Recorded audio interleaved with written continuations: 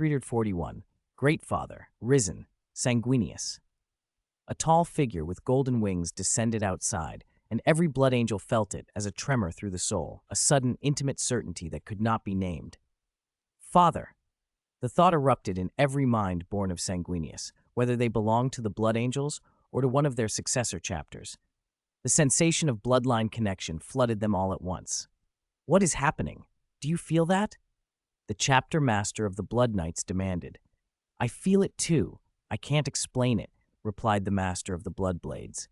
There's something out there, something impossibly familiar. It must be our father, a chapter chaplain added. In the chapter's intellect library, a dozen librarians, including Mephiston, the Blood Angel's chief librarian, pressed to the window with trembling disbelief. As potent psychers, their perceptions extended far beyond mortal senses. They could see into things others could not, and feel things others could not. What they perceived outside was unmistakable and terrifying. What did you see, Mephiston? Tell me, Dante demanded, his face hardening as he stepped before his chief librarian. Mephiston was the Blood Angel's most powerful psyker, one of the most formidable in the Imperium. If anyone could read the truth of what hovered outside, it was him. But the calm, composed man before Dante was shaken to the core. An archangel, stammered a subchapter chief librarian, eyes wet, body bending as if to kneel. A great archangel. I can't explain it. Dante, it is our father out there. Mephiston drew a steadying breath and met his chapter master's gaze. I saw him too. It is him. Dante's face went white. That's impossible. Father is dead. He fell at Horus. His body lies entombed in the Angel Fortress on Baal. If there's someone with wings outside, it must be Sanguino. Don't let yourselves be fooled. They had been told the same story for 10,000 years. Sanguinius died at the siege of Terra, slain by War Master Horus. His remains had been brought back to Baal and enshrined in the Angel Fortress. The idea that their gene father had returned was heresy. If the figure was winged and luminous, the immediate, more plausible explanation to many was Sanguino, the legendary, unexplained champion who appeared when the Blood Angels were in dire need. Some claimed Sanguino was the spirit of Sanguinius manifesting on the material plane. Others believed him to be Ascalon of the Sanguinary Guard. Neither theory had ever convinced everyone. Chapter Master Dante, have the remains in the Angel Fortress been disturbed? A successor chapter master demanded. Others turned to Dante, fearful. No, Dante replied firmly. Father's remains have always lain within the Angel Fortress. No one has disturbed his rest. Then, a voice like warm sunlight filled their ears, a presence so holy and serene that every gene-seed offspring felt an overwhelming calm. Come out, my children. Why do you hesitate? It was Sanguinius's voice. Dante's members exchanged stunned glances. Go out and see, one successor urged. Dante took a steadying breath and led his captains and the visiting chapter masters onto the Angel Fortress parapet. There, suspended in the sky, was a figure over 4 meters tall, radiant in golden light. He wore armor the Blood Angels knew by sight, hair like spun gold, a face of breathtaking grace and strength, wings of burnished gold fanned behind him. Even at a glance, every scion of Sanguinius recognized the essence of their Primarch. The sight struck many like a blow. Helmets were lowered, and an ocean of bowed forms knelt in worship. Father, great Gene Father, the cry rose like one voice. It's Sanguinius. The great archangel has come to defend our world.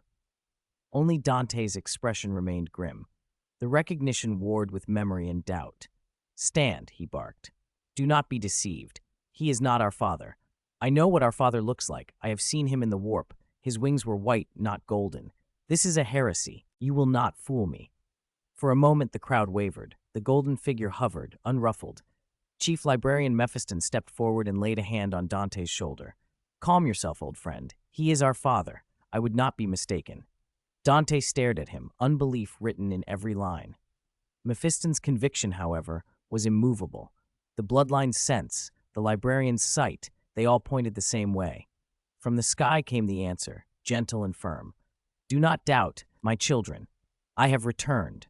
I have completed a renewal in the warp and come back to stand with you. I am here to help you resist the Tyrannid invasion. The simple declaration stilled the crowd. Hope rippled through them like a healing balm. What no one else knew then was that Sanguinius's words concealed more than they revealed. During his passage through the warp, he had encountered a counterpart of himself, an echo shaped by the torments and changes of a different history. That counterpart was fractured, part divine grace, part black rage, and most dangerously, a consuming bloodlust. The other self's manifestation in this world's warp had taken on the monstrous form of the progenitor of vampires he had once become during the Siege of Terra. This other Sanguinius had not been fortunate enough to meet Axis, nor to consume the spirit tree fruit, nor to be nourished by chi energy, nor to acquire a body comparable to a subspace god. In their brief communion, Sanguinius chose compassion. He used his holy light to ease some of the other's torment, to lessen the black rage that seared him, and then rushed to Baal to answer the call of his kin. Standing before them in the light, Sanguinius smiled with the benevolence of a god. "This is the will of the Emperor," he said. "After this battle, with Axis's aid, I will seek to save my other self. I will do what I can to free you from the black rage and the bloodthirst." As the Archangel's words washed over them, fear and hope warred in the hearts of the Blood Angels. They knelt, they wept, they prayed. Dante's jaw tightened, but even he could not wholly deny the rushing, intimate truth that had touched every son of Sanguinius. Sanguinius hovered above them, his gaze sweeping over the faces below, some elated, some bewildered, some looking up with devout wonder, before it settled on Dante. There was no crushing force in that look, only a deep understanding that seemed to smooth the furrows of the soul. "My son Dante, and all of you, make me proud," Sanguinius said. His voice was like a hymn, clear and penetrating, carrying a reassurance that reached every ear. "Your vigilance is the medal of a long duty, the true measure of loyalty to your gene seed and to the Imperium. You once saw my afterimage in the warp, an echo of my suffering beneath chaos, a wound left by Horus's blade. Then my wings were dust-stained, my light dimmed, and a bloodthirst burned within me. You must have seen me like a vampire, had you not?" Dante trembled. That was exactly the thing he had seen on the brink of death in the warp. A pale, tormented soul, torn by the black rage and driven by bloodlust, not the radiant being now before him, but still their gene father, who had secretly aided them more than once. Had something truly happened to the Primarch? Had he been freed of the black rage and the curse of bloodlust? If so, would that release extend to their gene seed offspring as well? Sanguinius descended to the marble, radiant with a holy light, and nodded to his sons. Seeing his face, feeling the surge of his presence, and breathing that invigoration, every member of the chapter felt belief blossom in their hearts. This was their gene father. "But what you see now is what you wished to see," Sanguinius continued, and his voice swelled with divine certainty. His golden wings unfurled and shed a molten auric radiance that washed over the assembly platform. Every descendant who bathed in it felt a warmth flood their limbs and bone. For a fleeting instant, even the restless bloodlust and the shadow of the black rage within them stilled. "It is a glimmer of opportunity, born of the Emperor's will in the endless void, a miracle forged by the convergence of sacrifice and faith. My essence has been tempered, reshaped, and exalted in the torrent of the warp. I am no longer that fallen demigod.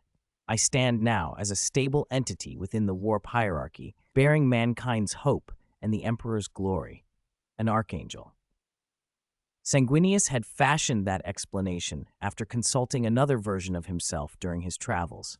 He said he would adopt this identity while traveling through this universe to lead the Blood Angels in service to the Imperium. That course had the Emperor's assent. He had communed with the Emperor on this matter.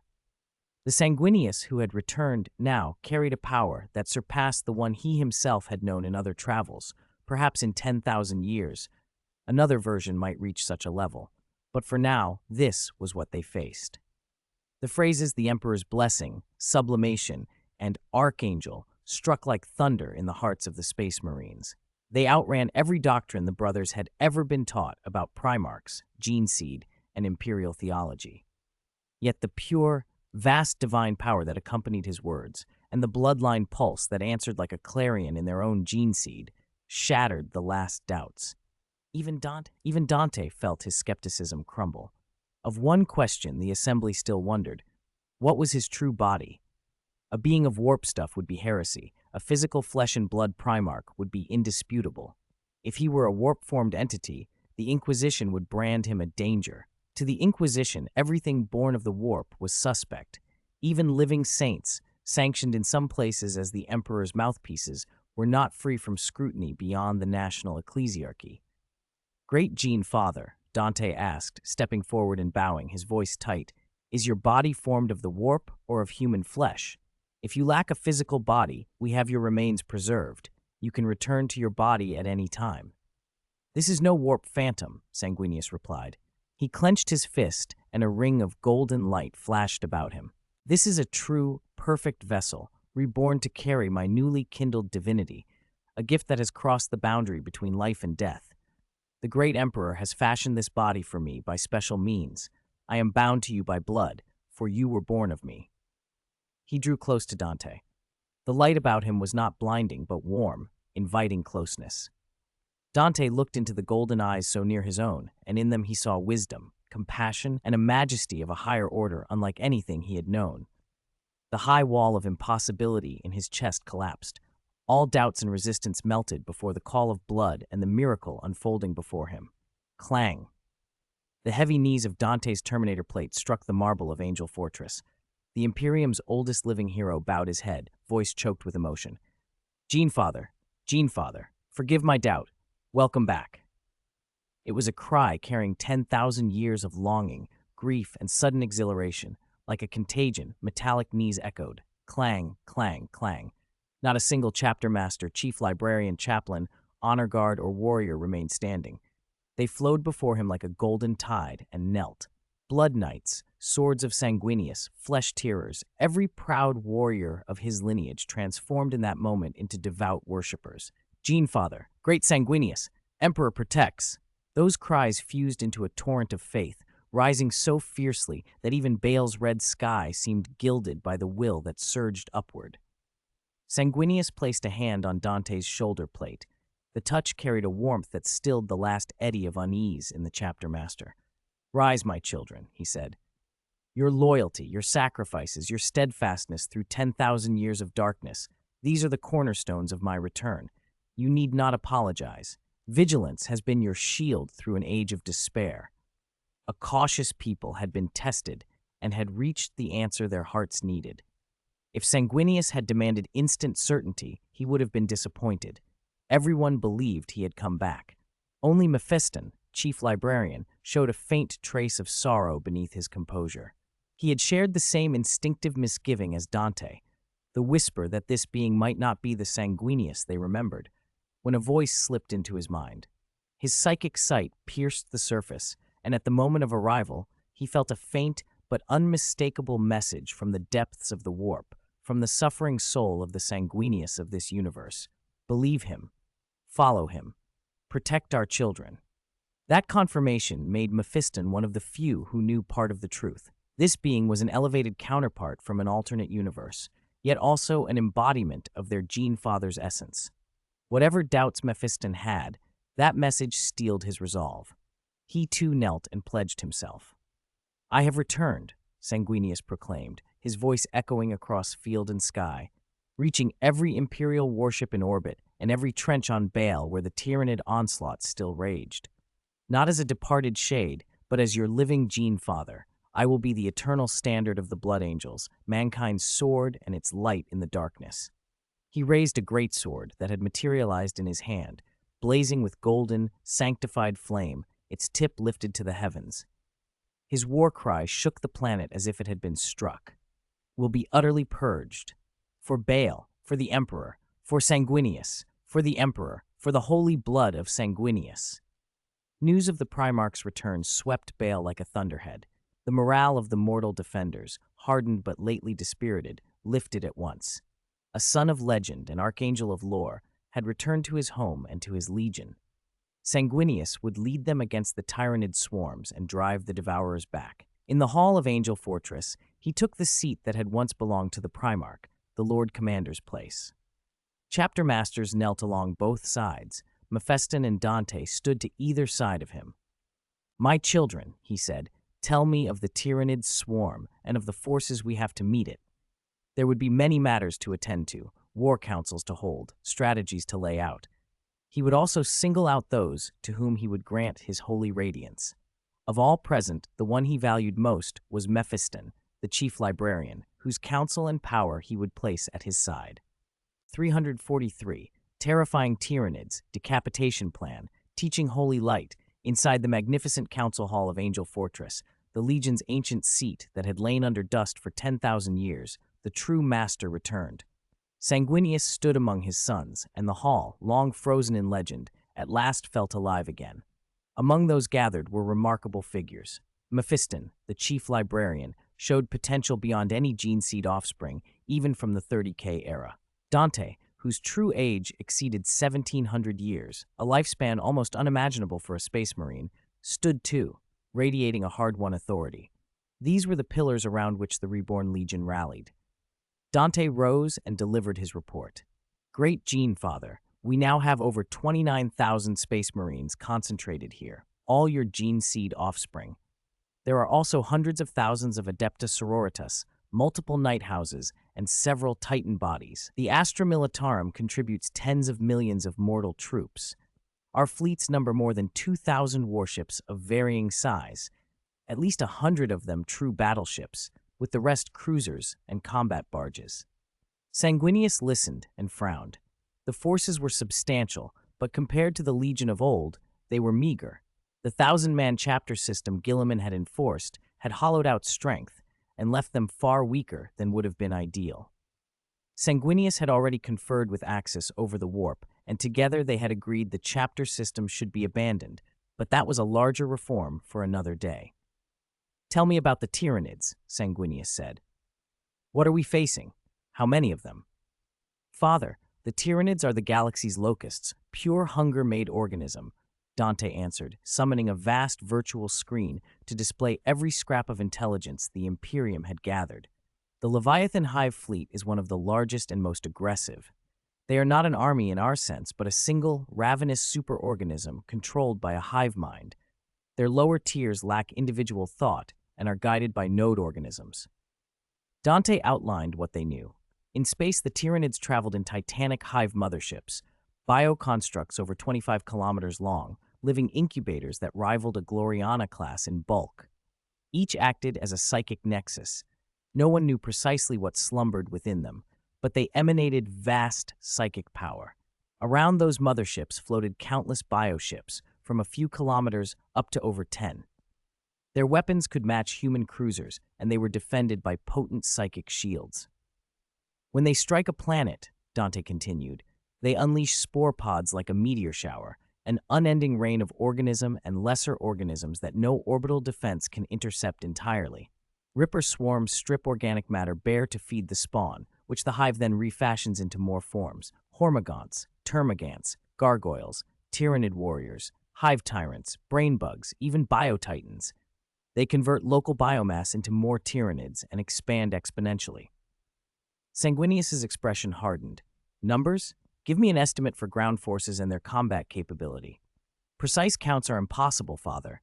The numbers refresh faster than we can track them. Conservatively, what landed on Baal Prime and its primary moons in the first wave was thousands, tens of thousands of times greater than the combined number of our space marines, mortal auxiliaries, Mechanicus forces, sisters, knights, and titans.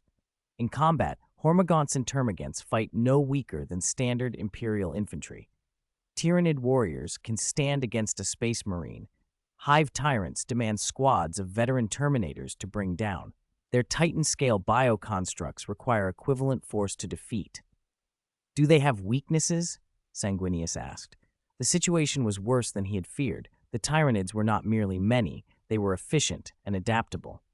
If you can kill the node organisms, the swarm loses cohesion, Dante said. Cut the brain, and the limbs flail. Mid-tier nodes, Tyranid warriors, hive tyrants, and the Norn queens hidden within the hive motherships are key.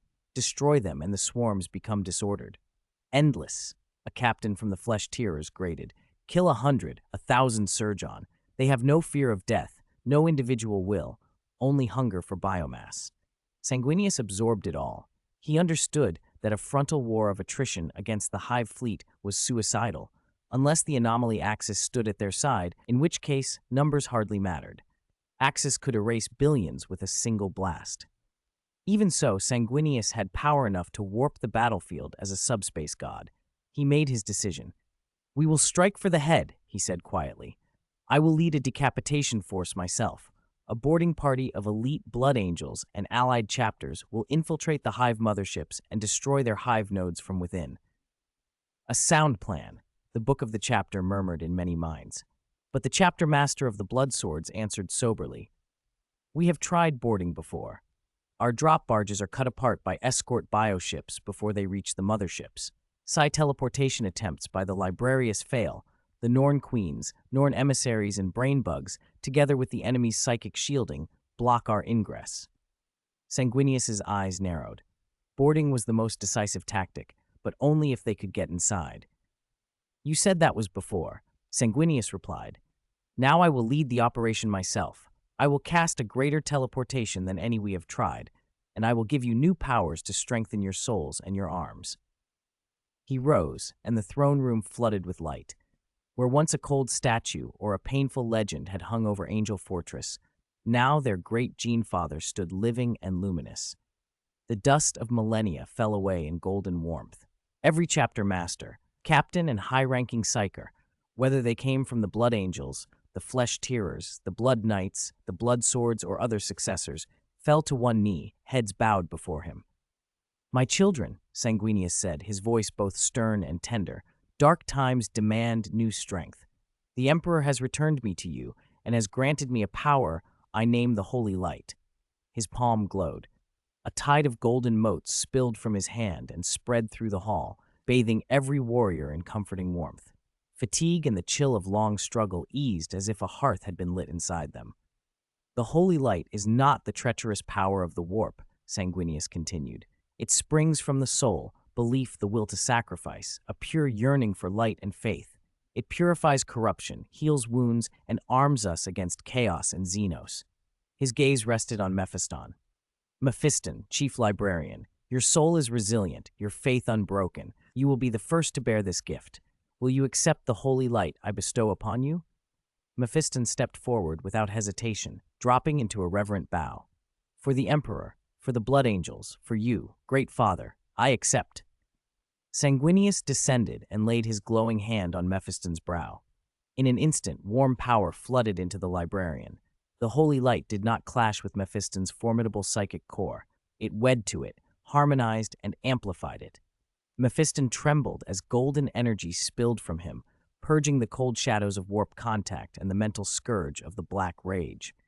His will drew tight as steel, his faith in the Emperor, the Gene Father, and the Chapter flared brighter. When he opened his eyes, faint sacred energy swirled within them and a golden aura haloed his form. In his palm hovered a ball of holy flame, smaller than Sanguinius's display, but pure and blazing. "I feel it," Mephiston whispered, wonder in his voice. "It answers belief. It is hope." Sanguinius smiled and beckoned Dante. As chapter master, Dante's raw psychic strength was less than Mephiston's, but his renown and presence were unmatched. He knelt and received the blessing as well. Golden light suffused him, steadying his spirit.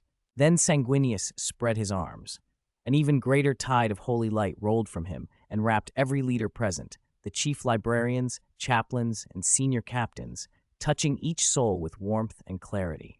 Lo, ancient hymns seemed to echo on the edge of hearing, prayers to courage, sacrifice, and light.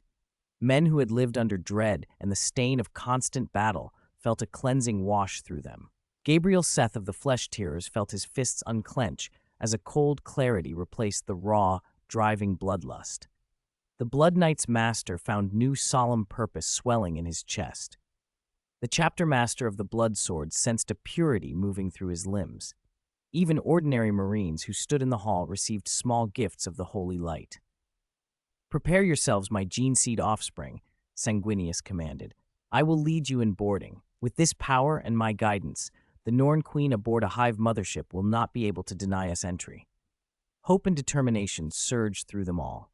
The plan was set: decapitation by fire and faith. With Sanguinius returned and the holy light at their backs, they were not naive about the cost, but they were no longer without a way forward. Sanguinius's words struck like a stimulant driven straight into their souls, banishing the last traces of gloom from every heart. In the council hall, the golden holy light still lingered, filling the air with a determination and power none had known before. Every chapter master and senior warrior who had received the blessing felt a warm, potent strength surge through them. The sacred light sharpened their wills and senses. Even the malignant legacy that had plagued their gene seed for 10 millennia, the black rage and the bloodthirst, was soothed, not cured, but brought under control as never before. Sanguinius's power could only temporarily ease those curses for the gene seed offspring of this world. To end them permanently, he would have to root the sickness out at its source, himself in this reality. Thousands? Tens of thousands. Sanguinius's voice cut the heavy silence like a drawn blade, authoritative and faintly scornful. All eyes turned to the great Gene Father. Numbers, he said slowly, rising as his golden wings unfurled, and the hall brightened with holy radiance, pushing back the psychic oppression emanating from the Leviathan swarm. The Tyranids are numbers, an endless tide driven by a hive mind. We, his gaze swept the chapter masters newly purified by the holy light, have the Emperor's glory, an indomitable will, and the determination to fight to the death. He drew his blade and pointed it at the holographic star map. The tip burned with golden fire, as if to set the tainted projection alight. We will win this war, Mephiston. Present, Father. The chief librarian's form flooded with holy light. Psychic power braided with sacred radiance ready at his command. You have touched the holy light, Mephiston. I need you as my beacon and bulwark. When we teleport aboard the hive ship, the Tyranid hive mind's counterstrike will be fierce. You will guide the librarius and the priesthood's holy light. Construct a sacred bulwark for the teleportation, resist the hive mind's psychic onslaught, and ensure the precision and stability of the teleport. Sanguinius explained the necessity plainly. Once the hive reached planetary orbit, it would spawn a warp shadow that could drown out psychic signals and drive psychers insane. One person had to marshal every priest, concentrate their power into a single radiant defense, and force the hive mind's attention. That diversion would be their chance to strike for the head. As you command, Father. Mephiston's voice was steady and resolute. Dante and all chapter masters, gather your finest Terminator squads, bring every usable Melta charge. I will lead you to war. As you command, great Sanguinius, great Gene Father. Dante and the chapter masters nodded and immediately set about mustering veterans. This campaign would demand sacrifice, but to die at their father's side was something none would regret. 3 days later, 3,000 Terminator veterans were assembled, more than the strength of 3 full chapters. Under Sanguinius's orders, apart from those chosen for the boarding strike, the rest of the Blood Angels and their kin remained on Musamball to contest the Tyranid ground forces alongside mortal infantry. Assault squads, dreadnoughts, Titan legions, and night houses stayed to hold the line. Sanguinius needed no speech. A look, a gesture, and 3,000 veterans in storm-broken Terminator plate followed their Gene Father onto a battle barge. While they boarded, a cohort of the Adepta Sororitas requested to accompany him. Great Sanguinius, son of the Emperor, intoned their leader, I am Grand Sister Christina of the Adepta Sororitas. I humbly petition that I and my sisters be allowed to follow you into this glorious war. Sanguinius hesitated. Mortals, your will and faith are commendable. I admire your courage, but this boarding action is not a mortal's battle.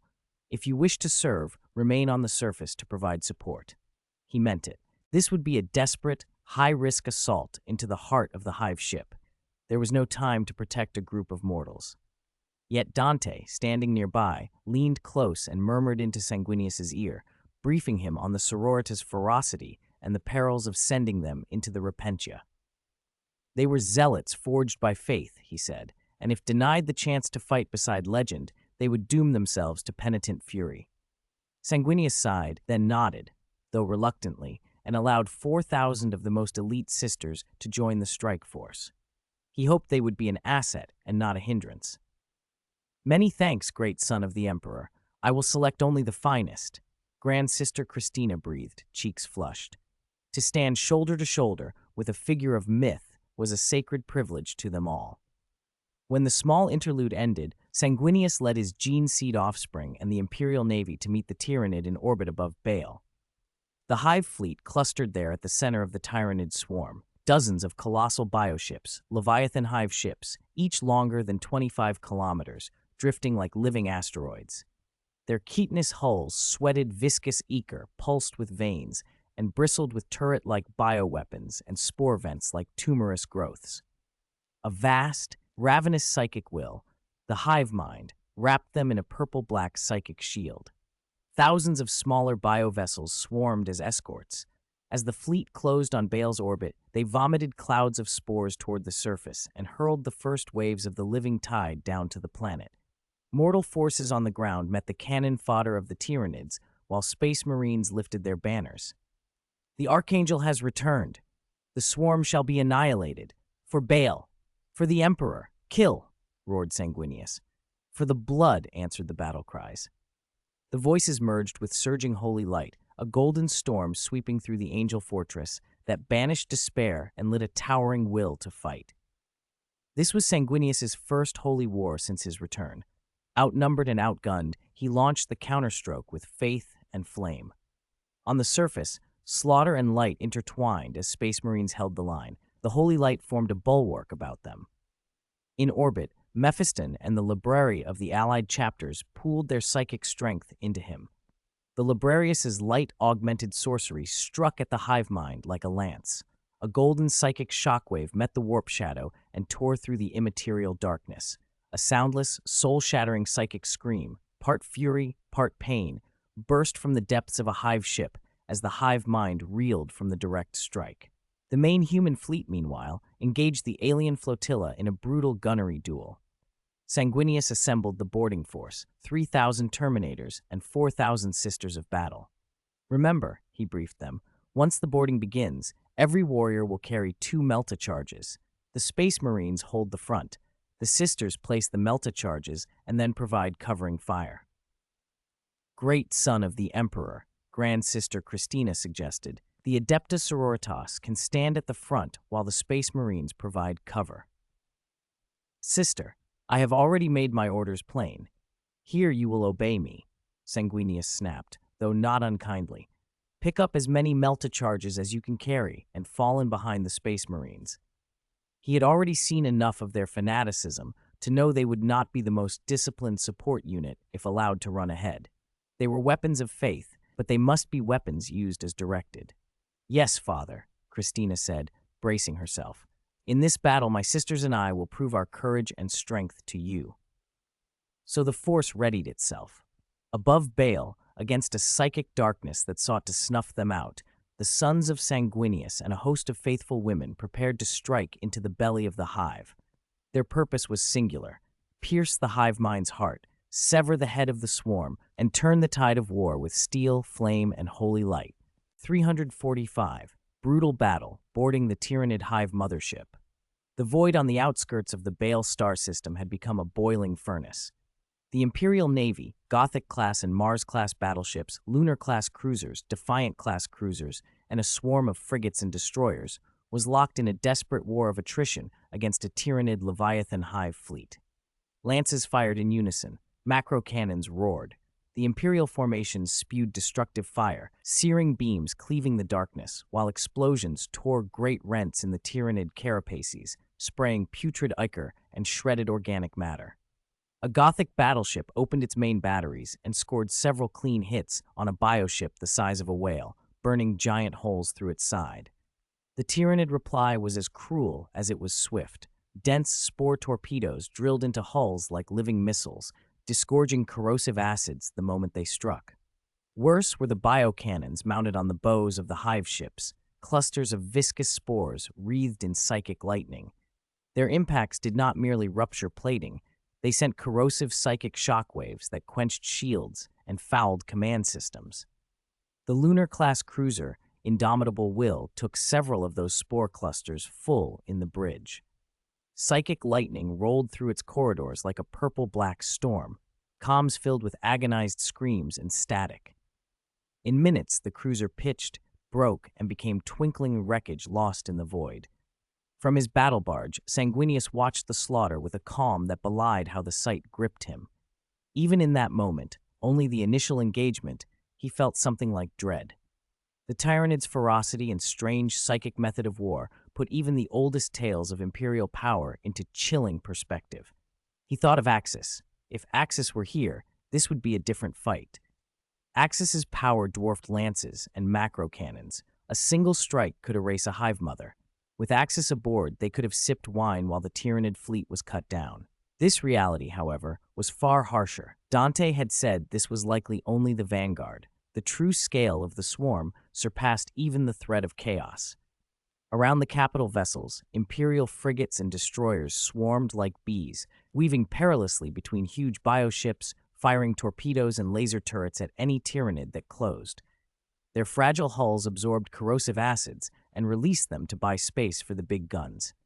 Wreckage and burning bone drifted silently. The Navy's mortal crews were making a terrible song of sacrifice, dying to open one narrow corridor for a single precious objective. All orders converged on one priority: protect the inconspicuous battle barge that carried Sanguinius, the gene-seed Primarch. It was not a ship of grand batteries, but within it lay Baal's hope. The fleet commander's instruction was absolute. At any cost, carve a path to the nearest Tyranid hive mother and distract its psychic perception and an escort system long enough for the strike. Mephiston's psychic report came through from the planet's surface. The hive mind's shadow hung over the target like a thick curtain. "We have pulled its attention as far as we can," he sent. "We can buy you only a moment." Sanguinius answered without hurry. "A moment is enough. You have done well. The rest is up to me." He opened his eyes and spread his arms. The golden wings behind him unfurled, and a blinding radiance washed the chamber. A tangible tide of psychic power, laced with the brilliance of the holy light, surged outward from him. It filled the ship like a living thing. Sanguinius would divide their forces, 3,000 Terminators and 4,000 Adepta Sororitas, into 30 assault teams. Each would be roughly 100 Terminators and 120 Sisters. He would teleport them aboard the Hive Mother, shroud them with his power, and appear arbitrarily among them. If any team faltered, his psychic senses would let him teleport instantly to reinforce them. The power of a subspace god was abnormal. Though they stood within a star system, he moved with the freedom of thought. As an Imperial cruiser made a suicidal dash and drew a clutch of escort bioships away from the target, Sanguinius rippled the battlefield with a psychic strike. In a single flash, 30 boarding teams were ripped from the void and deposited inside the living bowels of the Tyranid hive mother. When the Space Marines and Sororitas' boots, or the heavy treads of their dreadnoughts, touched alien tissue, they were already within a labyrinth of living corridors. The airless passages reeked of ichor and decay. Neither light nor sound from the fleet penetrated here. Their power armor's life supports mattered more than lungs. The chorus of artillery and macro shells was replaced by the wet hisses of Tyranid limbs and the slippery creak of flesh. Target confirmed. Core chamber direction. Cut through them. Sanguinius's voice rolled through their minds like thunder, banishing the disorientation of teleportation and the pull of the hive mind. He drew the blade of holy flame. Its golden edge flared and threw light down the fetid passage. The boarding bloodbath began.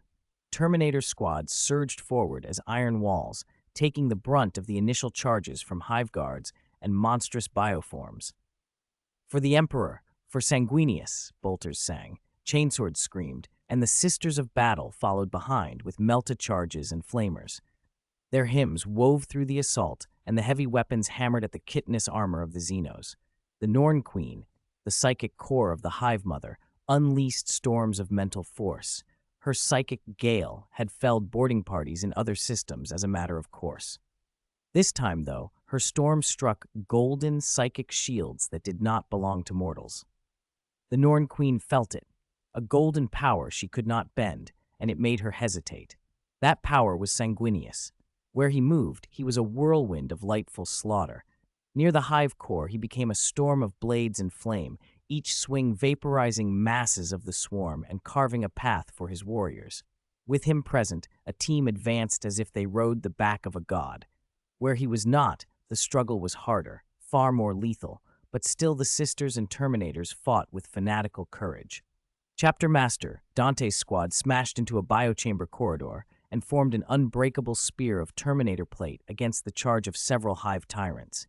Bolters and power fists cracked and dented thick carapaces. Great Sister Christina and her contingent of Adepta Sororitas displayed a terrifying serenity. Under the shield of Terminator armor, they purified galleries with flame. Their heavy bolters picked out key nodal organisms and the Norn Queen's personal guards with cold precision. Their chants thrummed with psychic undercurrents, forming a faint barrier that disrupted the lower-tier coordination of the swarm. Across the Hive, 29 other battlefields erupted with the same brutal tempo. Some teams met foes more nightmarish than any remembered and were locked into desperate slogs. Some teams touched down on perfect drops and raced for their cores. Others found themselves cut off, surrounded by crawling tides of chitin, losing comrades by the second. And Sanguinius saw it all, felt it, his awareness spanning the 30 engagements. "This is it, sisters," he said, his voice calm and absolute. "Place the melta-bombs." The Adepta Sororitas moved without hesitation at Sanguinius's command, planting melta-bombs across the hull of the nearest Tyrannid Hive ship. A colossal life form, more than 150 meters tall, rose up within the mothership, a monstrous shape that filled the cramped interior. Its roar was a thing of nightmare. Even the Terminator veterans on the front lines stumbled back. The Great Gene Father. That's the legendary beast said to live in a Tyrannid Hive ship. "We called it the Norn Queen," a Terminator veteran captain reported. The Imperium and the Tyrannids had clashed for centuries. The explorers and ship-borne boarding parties that had penetrated motherships before had found precisely such creatures, the central nexus of the Hive, a living command core directly linked to the Hive mind. "Fear not, my gene seed children. I will deal with it." Sanguinius spread his golden wings, letting their light shield the boarding party, and drew his holy sword. He struck in a single, terrible arc, a blade of dazzling light that cleaved the Norn Queen clean in two. The slash radiated holy light power and ripped through flesh and chitin as if they were paper. "It's only a little oversized," Sanguinius said, almost casually. The Norn Queen's psychic might was formidable, but its mobility was ponderous. Up close, against a master like him, even such a creature could be dispatched. For an ordinary gene seed Primarch, the fight would have been brutal. For Sanguinius, it was swift. The cut, however, did not end the creature. The wounded queen emitted a shriek that made the hair on the Terminator's necks rise, and from the shadowed corridors surged a swarm of 5 to 6 meter Norn guards and emissaries, howling and tearing toward Sanguinius to protect their queen. Their cries were the kind that could fell lesser psychers. To a subspace god, they were barely a wind. "You call that a psychic storm?" Sanguinius snarled. "Let me show you one that matters." Golden light erupted from him and coalesced into a psychic maelstrom. It tore through the guarding broodlords and emissaries, shredding them where they stood, and smashed into the remaining half of the Norn Queen. Flesh and bioorganics were pulverized. The Hive core finally fell silent. The Hive ship, deprived of its central will, convulsed. Hive mind links pinged and flared as surrounding bioships registered the loss. By then, the sisters had finished emplacing their melta charges, and the Terminators had regrouped. With a nod from Sanguinius and a flare of golden light, every member of the boarding party was gone, safely teleported back to the battle barge. Only Sanguinius remained among the smoking wreckage. He did not linger. The Primarch flashed through the void and arrived aboard another Hive ship, several astronomical units away. The Tyranids were a dire biological scourge, a force that could overwhelm worlds, but against a subspace god like Sanguinius, they would play the part of prey. Their warp shadow was potent. It overwhelmed even daemon princes on occasion. But before a true spawn of the Sea of Souls, such power was trivial. Still, the raw psychic signature of a Norn Queen had given him pause. Its might rivaled that of Mephiston. That they could mass-produce such creatures from local biomass was a horror on a scale the Imperium had never had to confront before. Across the galaxy, as long as biomass existed, a Tyrannid fleet could grow another Hive ship and another Norn Queen. Dozens of queens working together formed a Hive fleet that stripped whole systems of life birthing more vessels in a cycle impossible for any single race to endure. Sanguinius suspected the hive mind's true nature lay above most demonic powers. On some levels, he would need to discuss the threat with Axis. The Tyrannid were a problem for any realm of sentient life. He repeated the pattern across ship after ship. He would send his gene seed sons and the sisters in to emplace charges, then remain only briefly to cut down the hive core and its protectors with a brutal mixture of blade and psychic flame. He moved so quickly across the swarm that he might spend only a minute aboard each hive ship before teleporting the boarding parties clear and disappearing to the next. He found himself impressed, no, surprised, by the sisters. Clad in faith and armor, wielding bolt guns and chainswords, their marksmanship was crisp, their combat sense sharp. They fought like veterans. They were worthy allies. Now Sanguinius understood Dante's insistence that they come. In 30 minutes, he had slain 30 Norn queens and set Melta charges into 30 hive ships. Once the boarding parties had withdrawn, Sanguinius pressed the detonator himself. Space is a silent place, but the explosions were a chorus of furious light, bioengines detonating, internal gouts of flame erupting into the void. Hive ships blown apart from within turned into showers of molten debris and drifting, dead biomass. Long live the great Gene Father. The surviving sisters cried. What an honor! It is our privilege to fight by your side, great son of the Emperor. Sister Superior Christina shouted, her voice full of radiant fervor. Sanguinius allowed himself a small nod, then glanced over the scene of the raid. Over 100 Terminator veterans had fallen, and perhaps 1,000 Adepta Sororitas had died, many of them charging with a courage that bordered on recklessness. If such units were to be integrated more broadly into his order, he would have to temper that ardor. They must not be squandered. 30 hive ships destroyed threw the Tyrannid fleet into disarray. The Leviathan splinter fleet that had been a sailing bale had numbered over 70 ships. Half of them gone meant the networked links that bound their forces were severed. Biovessels lost their routing, some turned and struck at their former allies, and many surface assault nodes on Bale dropped into paralysis. The mid-level node creatures could no longer anchor to the hive mind, and their wills fractured. The remaining hive ships reacted with brutal efficiency, pouring psychic power into their surviving vessels and then ordering a withdrawal. The swarm sought distance from the human fleet. These monsters are not mindless, Sanguinius said, voice cold as he watched the retreat. They are not. They are strategic, though they often rely on numbers rather than tactics because their masses can overwhelm most foes, Dante replied, joining him. They attacked Bale because it was the center of resistance. If they had taken it and established a beachhead, every human in the neighboring sector would have been food. Dante's expression was grim. They even attack chaos daemons when they must. Sanguinius gave a small, amused smile. Stay here. With that curt order to his sons, he vanished. His wings folded, and their golden light shifted to deep crimson. His form lengthened, muscles tightening as he moved into his combat state. The War Angel had risen. Sanguinius streaked through the void with terrible speed, the crimson trail of his passage cutting across the stars themselves. He found a hive ship on the far flank, and red wings flashing, he drove his blade into its heart like a meteor. The ship's biohull tore apart, then Sanguinius immolated the carcass with waves of holy light. Little living craft could withstand that fury, each strike unmade a bioship. Is that all you have? He taunted the swarm. Is this your power? He cleaved through another hive ship and another, removing queens, shredding broodlords, burning everything in a crucible of psychic and holy flame. The human forces watching, Dante, the sisters, the remaining blood angels, stood stunned. Rumors had flown among the battle fleet that the Gene Father could single-handedly stand against an Emperor-class Titan. Seeing him tear through entire swarms made the whisper feel like understatement. He was a force of apocalypse incarnate. Then the mind voice came, and even in his war angel fury, Sanguinius's head rang with it. It was the conscience of the Tyrannid, a hive will that reached across light years and spoke the same single thought to him. Beings that contend with the swarm for food must be eliminated. No one can defeat the swarm. The Tyrannid's logic was simple and terrifying. When the Tyrannid first found the galaxy, they defined all sentient biomass as food. But chaos daemons, beings of the warp without true organic bodies, sought the souls of the living and did not yield biomass to the swarm.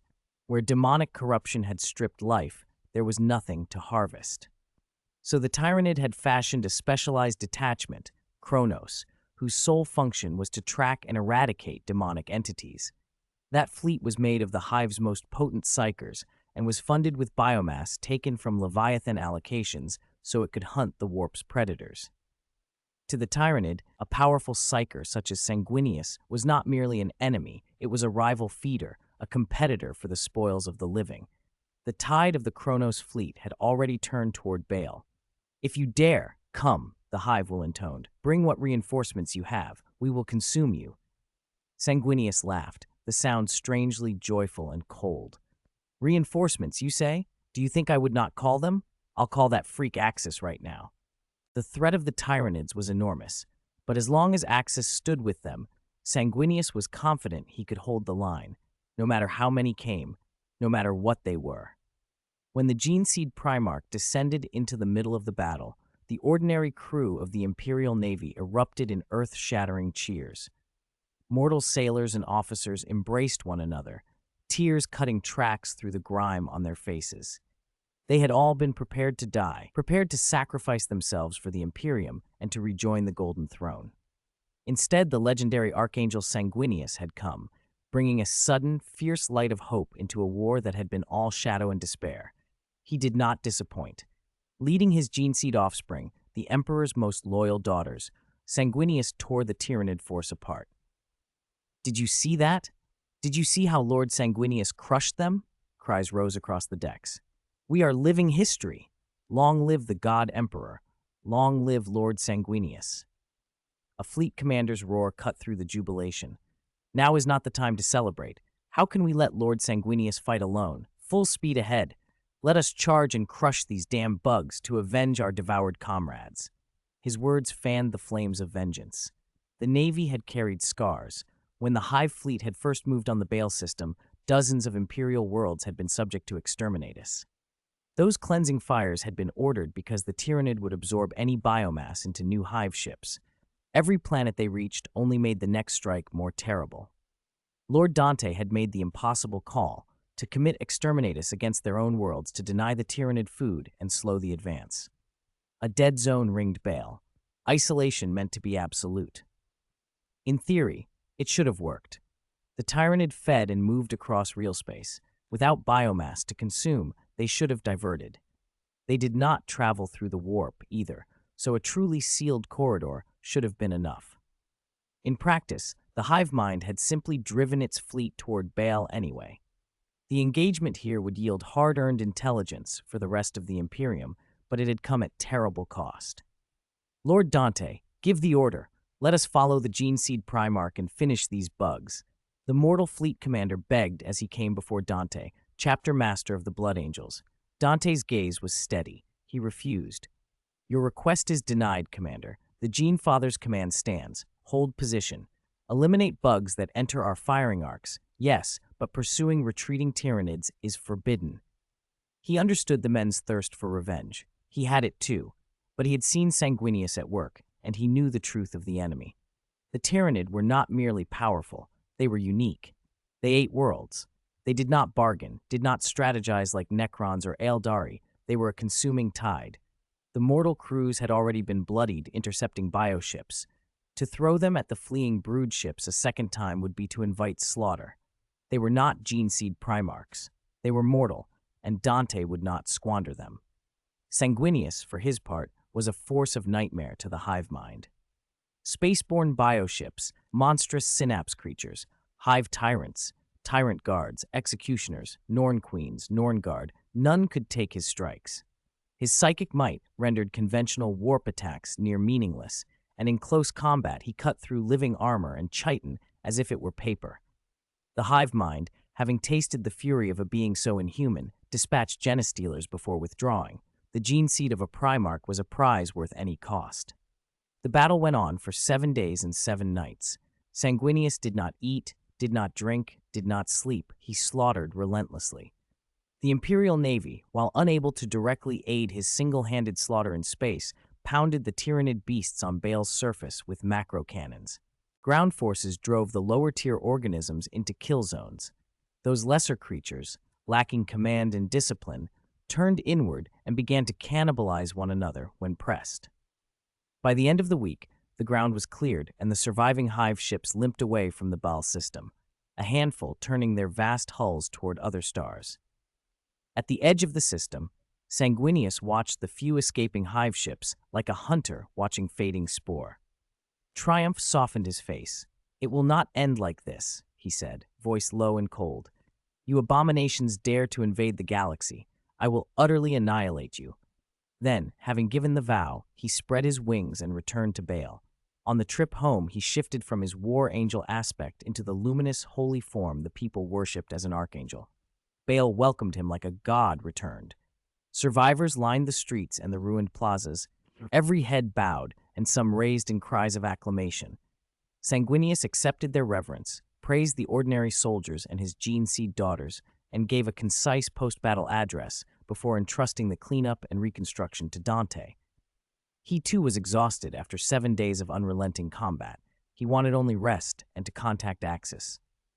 After a few hours' respite in his chambers, his soul slipped into the warp. The moment he entered, he saw a blood-red figure flying toward him, another Sanguinius, but different, pulsing with a fierce, sanguine light. "What a glorious battle," the other Sanguinius said, voice like a blade in a benediction. "It set my blood alight. If only I had a body to use, I would have been on that field beside you." Sanguinius studied the apparition. For a fleeting instant, he felt the odd, hollow wonder of meeting a parallel self. He had not expected to be so strong. If he had been this power during the Great Heresy, there might never have been a duel between Horus and their father. He would have struck first. His strength in this reality exceeded even his own imagining. "I am not sure even a body would reach my level," Sanguinius answered. "My form has grown beyond what you call a gene seed Primarch. I am a warp subgod now, and my body is tuned to my soul. My power exceeds what any Primarch can conceive. I can move between the warp and real space at will." The other Sanguinius, the counterpart Sanguinius who, in Sanguinius's mind, would be called the Blood Angel Sanguinius, looked at him with hungry curiosity. "Your power is astonishing. You control that bloodlust, don't you? How do you master it?" Sanguinius spoke plainly. "That berserk, bloodthirsty power is war-given form. If you can accept your warp essence, accept what you truly are, you can turn it into control. I was once consumed by the same thing. Then events forced a change in me. I learned to embrace the warp within, not to be swallowed by it." "How did you achieve such a body?" the Blood Angel asked. "Logically, our father's Primarchs were the pinnacle of physical design. How could anything surpass the physique of a gene seed Primarch?" "My body owes itself to a level 4 god fruit, the spirit tree fruit," Sanguinius said. "In theory, a gene seed Primarch would need to consume 10 of those fruits and undergo a century of chi energy modification to evolve to a physical warp subgod. I took another path and obtained a compatible form. That is why my flesh and spirit are matched." He did not pretend it was simple. The physical gulf between a Primarch and a being who had fused body and warp soul was enormous. Even the greatest orc war bosses, the very apex of Xeno's physical might, could in some measures rival a Primarch's raw strength, and not all exceeded them. There were also unique individuals. Kratos, son of Axis, altered by gene surgeries, not a Primarch but a warrior whose combat prowess outstripped ordinary Primarchs in many respects. The two Sanguini regarded one another across the warp, a mirror and a possibility. The battle was over for now, but the lessons would ripple across the Imperium. The Tyrannid had been driven off, but the cost, the choices, and the strange private transformations of power were only beginning to show their consequences. The Sanguinius of this world was a silence in the warp. He had no body. He had been dead for 10,000 years, cut down by Horus, and that was why he existed only as a soul. The worship of Baal and nearby systems had made him into a kind of demigod in the eyes of the faithful, and that worship fed his power, but death was death. He could not resurrect. He could not learn the true control of the bloodlust, nor could he grant himself the full combat strength he so desired. "I am very sorry," the soul said. "Your gene seed offspring are my gene seed offspring as well. I want to help them. I want to free them from the red thirst and the black rage." He sighed. The other Sanguinius, the one from another world, flesh and blood, listened. "I understand," he said. "Thank you for telling me, and for all you have done for me and for Baal. I have a favor I would ask of you." The ghost of Sanguinius turned his gaze on his living counterpart, suddenly resolute. "Speak. If I can help, I will. There is one thing you should know first. I will not remain here forever. Axis will depart at some unknown time. I cannot take command of your legion, nor can I stay to protect your mother indefinitely. I hope you understand." He feared the ghost would beg him to remain on Baal. He could not. He was not native to this world. Sooner or later he would return to his own sons, to his own planet and empire. "I know you will leave," the soul agreed, "but I have thought of a way to solve the red thirst and the black rage." Another method? The living Sanguinius guessed what the soul might mean: the holy light. He had fused Axis's chi, the power of faith, and his sacred nature into a holy light that suppressed the red thirst and could temper the black rage. It did not remove the root, but it treated the symptoms. He had already planted the seeds of that light in his gene children. Over time, they would awaken it, unless they succumbed to evil thoughts and the light abandoned them. "You," the soul continued, "from another world have already solved the red thirst in your sons. You are not afflicted by the black rage because you were not slain by Horus. I ask you to replace my gene seed with yours. Make my children your children. Their gene father would be both of us, both Sanguinius. In that way, these two warp-born curses could be eliminated." The living Sanguinius considered the plan, and after a moment, nodded.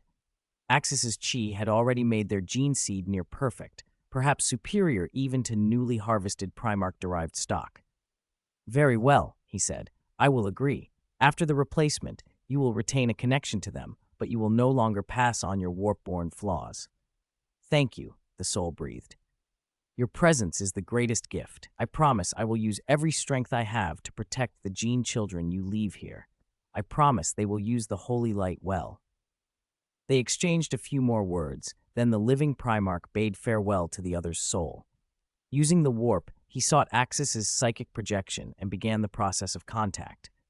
Half a month later, word of a Primarch's revival had spread across Ultramar, the 500 worlds, nearby systems, and even to distant Holy Terra. Newly formed chapters and older nearby chapters alike sent envoys to verify the rumor. Space wolves, white scars, salamanders, Raven Guard, Imperial fists. Representatives came from far and wide. What they found were not only answers but surprises. Guilliman was mobilizing. He had gathered Ultramarine successors and chapters suspected of carrying his gene seed. In total, perhaps 800,000 battle brothers or more. The Imperium numbered just over 1 million Space Marines. Nearly 3/4 were of Guilliman's line. If all those chapters answered a single will, the High Lords of Terra would find themselves in a precarious position. Some chapters watched with grim satisfaction, others watched warily. Then the envoys received news that shattered their expectations. The Lord of Macragge was forging an alliance with the Eldar, an alliance that went beyond mere truce. Guilliman himself was to marry Yvraine, the Eldar Great Seer. That alone would have been astounding. But more followed. At some unknown point, a new era gene seed Primarch named Axis had appeared on the scene. Alongside him stood an Imperial princess and a grandson of the Emperor, the true bloodline of the Imperium, and that bloodline was to be joined with a living saint. Celestine's name spread through the halls like wildfire. The Space Wolves howled with laughter and gave their approval. One of them had once dallied with an Eldar woman during a campaign in Kamara and still grumbled at a missed duel. Others were less amused. Envoys stormed Guilliman's study in fury. "This is blasphemy," an envoy from Holy Terra shouted, bursting in and raining rebuke upon the Primarch. "Lord Guilliman, as a son of the God Emperor, how can you lower yourself to consort with Xenos? How can you marry a foreigner?" He had been sent by the High Lords with a single instruction.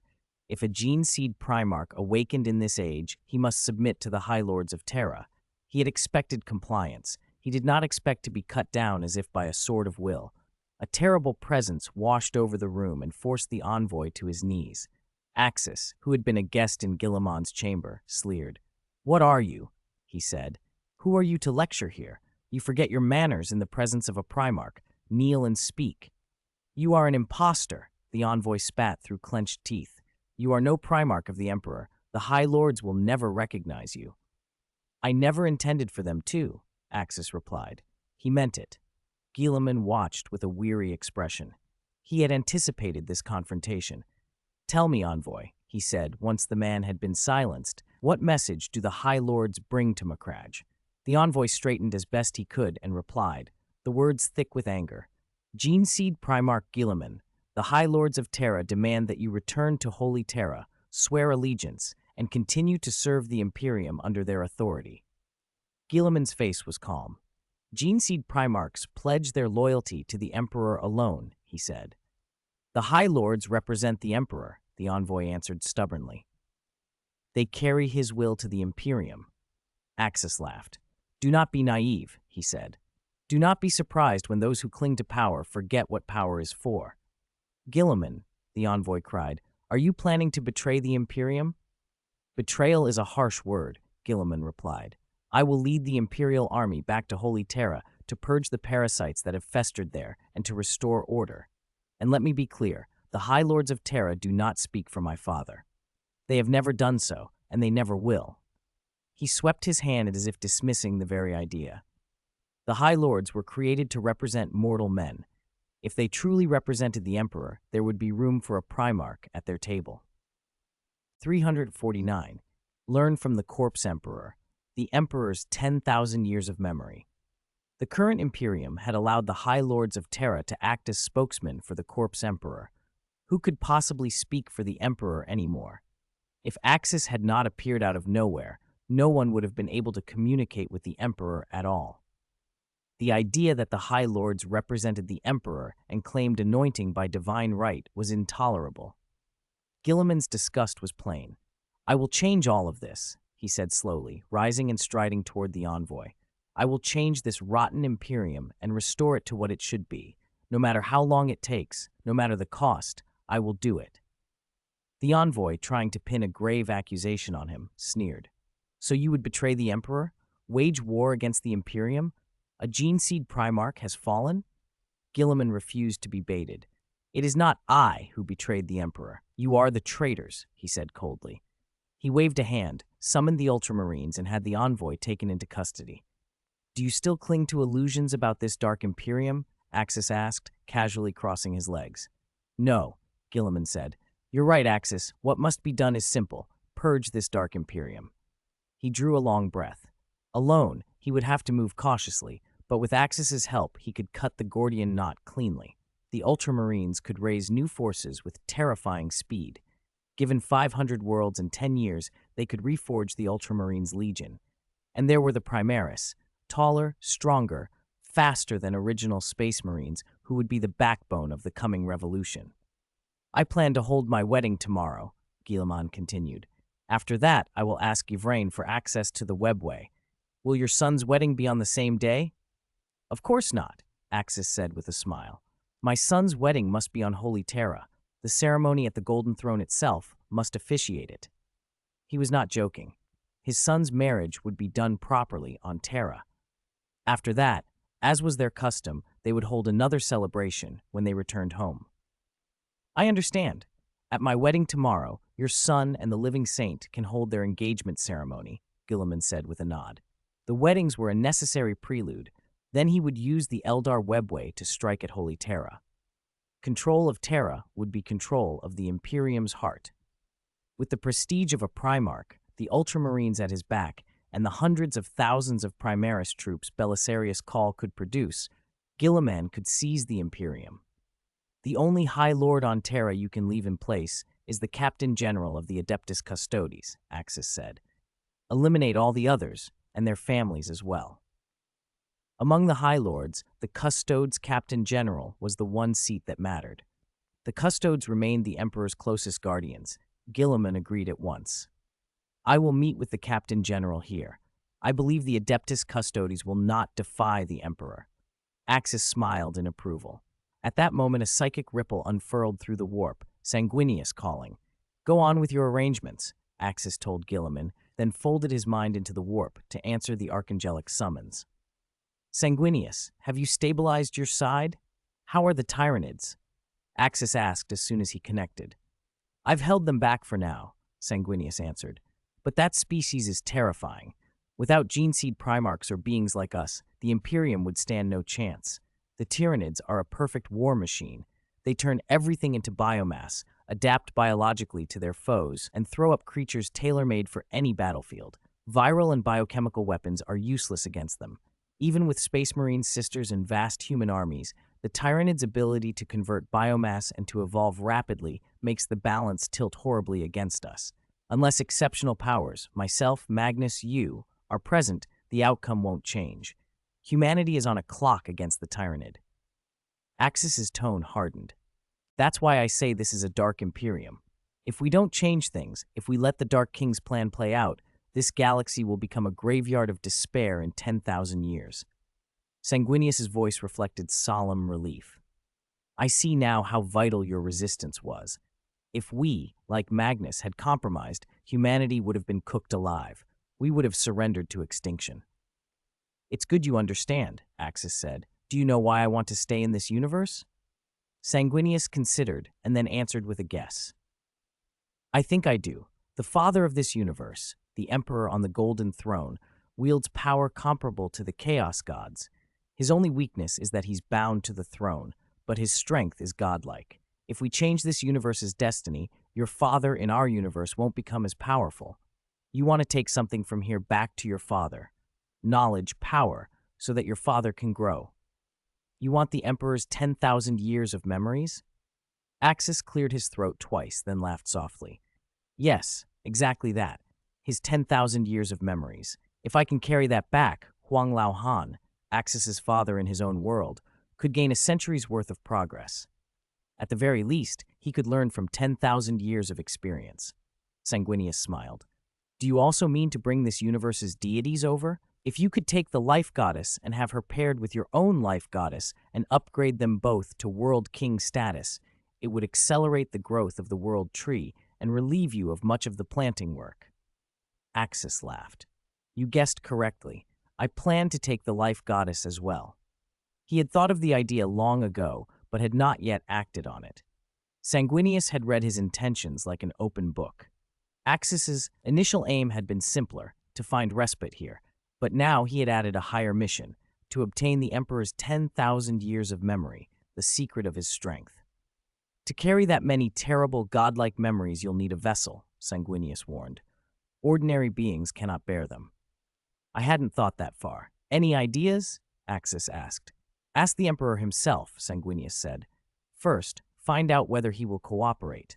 If anyone knows what can contain his memories, it is he. No problem. Trust me, he'll agree. Axis was confident. The Corpse Emperor had every reason to cooperate. Axis could bring hope to a galaxy teetering on the edge of annihilation. Axis might even offer technology the Emperor coveted, ways to elevate gene-seed Primarchs into godhood, a dream this Emperor surely cherished. In exchange, Axis would ask only for the Emperor's 10,000 years of memories. Sanguinius nodded. I came for 2 favors as well. Speak. First, I've spoken with my counterpart in this world and decided to replace his gene seed with my perfected strain. That will solve the red thirst problem completely. That's between you, Axis said. No need to report it to me. When you return, Belisarius Call can extract your gene seed. Call already has hundreds of thousands of Primaris troops stockpiled, some from the Blood Angels. Their gene seed could be replaced and those warriors sent to your cause. Primaris? Sanguinius asked. What are they? An upgraded form of Space Marine, Axis explained. Stronger, faster, and augmented with 3 new superhuman organs. Their baseline combat capability is roughly comparable to my gene seed offspring in their normal state. If we apply Primaris technology to our legions, their lethality and lifespans will increase. Axis had already promised Guilliman that he would share Primaris techniques and the way to cultivate the 3 new organs, so Axis could take the knowledge with him. That's excellent, Sanguinius said. Second, I'd like to invite you to Baal. The Tyranids failed this time, but they won't stop. They'll gather larger forces to strike again. We'll go to Baal, Axis agreed, but after we secure Holy Terra. There are things to settle on Terra first, meetings with this universe's key figures, and my son's ceremony with the living saint. Clearing the corrupt High Lords is Guilliman's task. You should hurry, Sanguinius warned. I estimate the Tyranids could reach Baal in 2 to 3 years. There's time, Axis replied easily. Don't forget the Eldar webway. With the webway, travel between systems was instantaneous compared to ordinary warp transit. He was also mindful of the larger war raging in the Octarius sector, the titanic clash between Tyranid hive fleets and Orc gargants. Imperial analysts had feared the victor of that war would become a threat beyond humanity's capacity to face. The Tyranids ultimately emerged dominant from that contest. Even with Guilliman's return, the Fourth Tyranid War had pushed the Imperium to its limits. Holy Terra had been threatened, and the Imperium had to clear systems around the throne world to form a defensive cordon.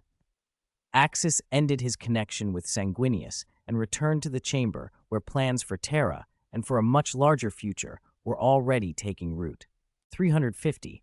Corpse King, I stole some of the Dark Lord's power. I understand, Axis. Then I'll also entrust matters concerning the Emperor to you. Negotiate with him. Sanguinius's voice was firm. The Emperor of this world still required negotiation, and the most suitable envoy was naturally Axis.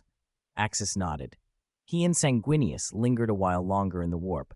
Then Sanguinius took his leave, and Axis reached out psychically to the Emperor on the Golden Throne. You must have heard our conversation just now? Axis asked bluntly. With the Emperor's psychic reach, his mind touched the entire galaxy within the warp. Given how freely Axis and Sanguinius had spoken, it would have been strange if the Emperor hadn't picked up on it. I heard it, came the answer, heavy with tired gravity. It seems my counterpart in another world has fewer burdens. He's living better than I did. That's right. Our Emperor had the same early struggles as you, but since I arrived, things shifted. The weight isn't entirely on him anymore. I've taken a lot on myself. The other Gene Seed Primarchs have carried burdens too, and some of the changes I brought have altered whole outcomes. For example, Magnus. In your history, Magnus betrayed you after the burning of Prospero, but in my world, Magnus returned to Holy Terra and, along with your other-world counterpart, sat on the Golden Throne and helped stabilize the webway. Demons still attack, but the webway wasn't destroyed, Axis explained. The Emperor's reply was a rush of sorrow. Magnus? I warned him. I told him not to meddle, but he wouldn't listen.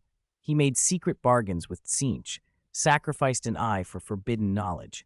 By the time I realized, it was too late. If he had heeded me and taken the Golden Throne, perhaps humanity would have had a chance. The Emperor's psychic presence sighed. The warp itself seemed to grow heavier. Axis's own divinity easily counterbalanced the mood. I don't mean to interrupt, but one thing you should know. Even if you'd let Magnus sit on the throne back then, it might still have been useless. You've seen the Dark King I dragged in from another universe. Even without Magnus's betrayal, the Dark King would have allied with the Chaos Four Gods and still destroyed the webway. You were destined to the throne unless someone equal to him existed to oppose him. You mean destiny is unchangeable? The Emperor asked. No, Axis smiled. You can only change things if you have the power to overturn the table. Without that power, you're at the mercy of forces stronger than you. He gave the simple truth plainly. 10,000 years from now, the Emperor amassed enough might that the Chaos Gods dare not extinguish humanity outright. Because if humanity were annihilated, the Emperor would rise from the throne, ascend into something like the Dark King, and the universe itself might end. Humanity's technology may lag behind its Golden Crusade peak, but it rules the galaxy because of the Emperor, as if he were a fifth Chaos God. Haha, true. If I'd been this powerful 10,000 years ago, I wouldn't have had to sit on the Golden Throne, the Emperor conceded. So, will you accept my terms? State any conditions you need, and if I can, I'll help, Axis asked. You already helped revive Guilliman and aided Sanguinius's line, brought hope to the Imperium. Why would I refuse? The Emperor replied readily. Excellent. Tell me your terms, Axis said. He liked straightforward people. If possible, do everything you can to support this Imperium. Do your best to find the other Gene Seed Primarchs. That would be my greatest gratitude, the Emperor answered. His request was vague but sincere. Axis's maximum effort would suffice. The Emperor trusted the young god. He was not sly or deceitful. I will. Once I arrive on Holy Terra, will you have what I need ready?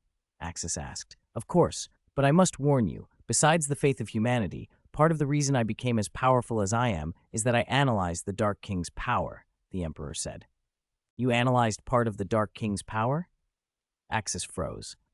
Yes. Do you think I've done nothing these 10,000 years? Beyond maintaining the webway and powering the Astronomicon, I learned. After absorbing humanity's hope, I studied the Dark King's nature and discovered his power is, in some respects, governable. The Dark King had fallen into deep slumber. I managed to seize a fragment of his power and lock him into an even deeper sleep. As long as I remain on the throne and humanity does not go extinct, he should theoretically never awaken. Axis nodded. No wonder the Emperor grew so formidable by the far future. In some accounts, the Emperor's radiance hid a core of abyssal power. When Axis had once fought him at full capacity, he'd seen traces of that dark force. But the Dark King has already been dealt with by me, Axis said. I finished him. Don't be complacent. The Dark King is a nexus of this universe's existence. You defeated only a projection, enough to force him into a prolonged slumber, but not to end him. The true Dark King is far greater than that image you destroyed. The Emperor's warning rang grave. Still, even defeating a projection was monumental. It gave the Otherworld Emperor a cushion of 2,000 or 3,000 years, a crucial window.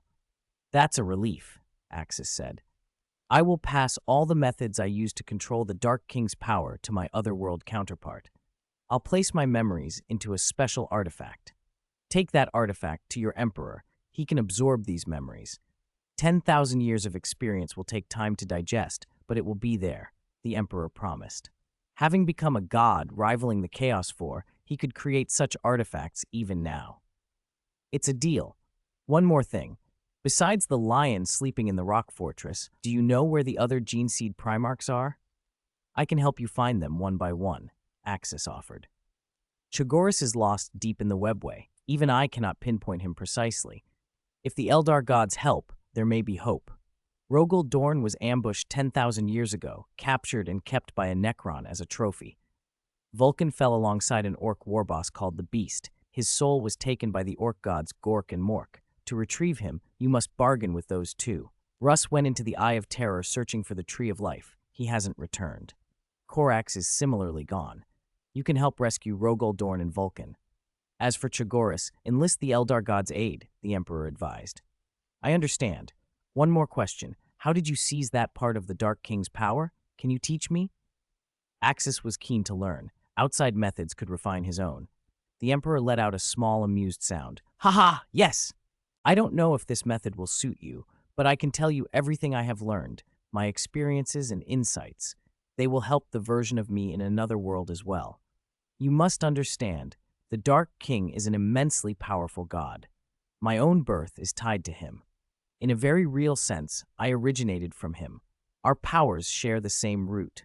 When he fell into slumber, drinking in darkness and despair, I could sense that power. Through human sacrifices, I developed countless negative aspects of personality.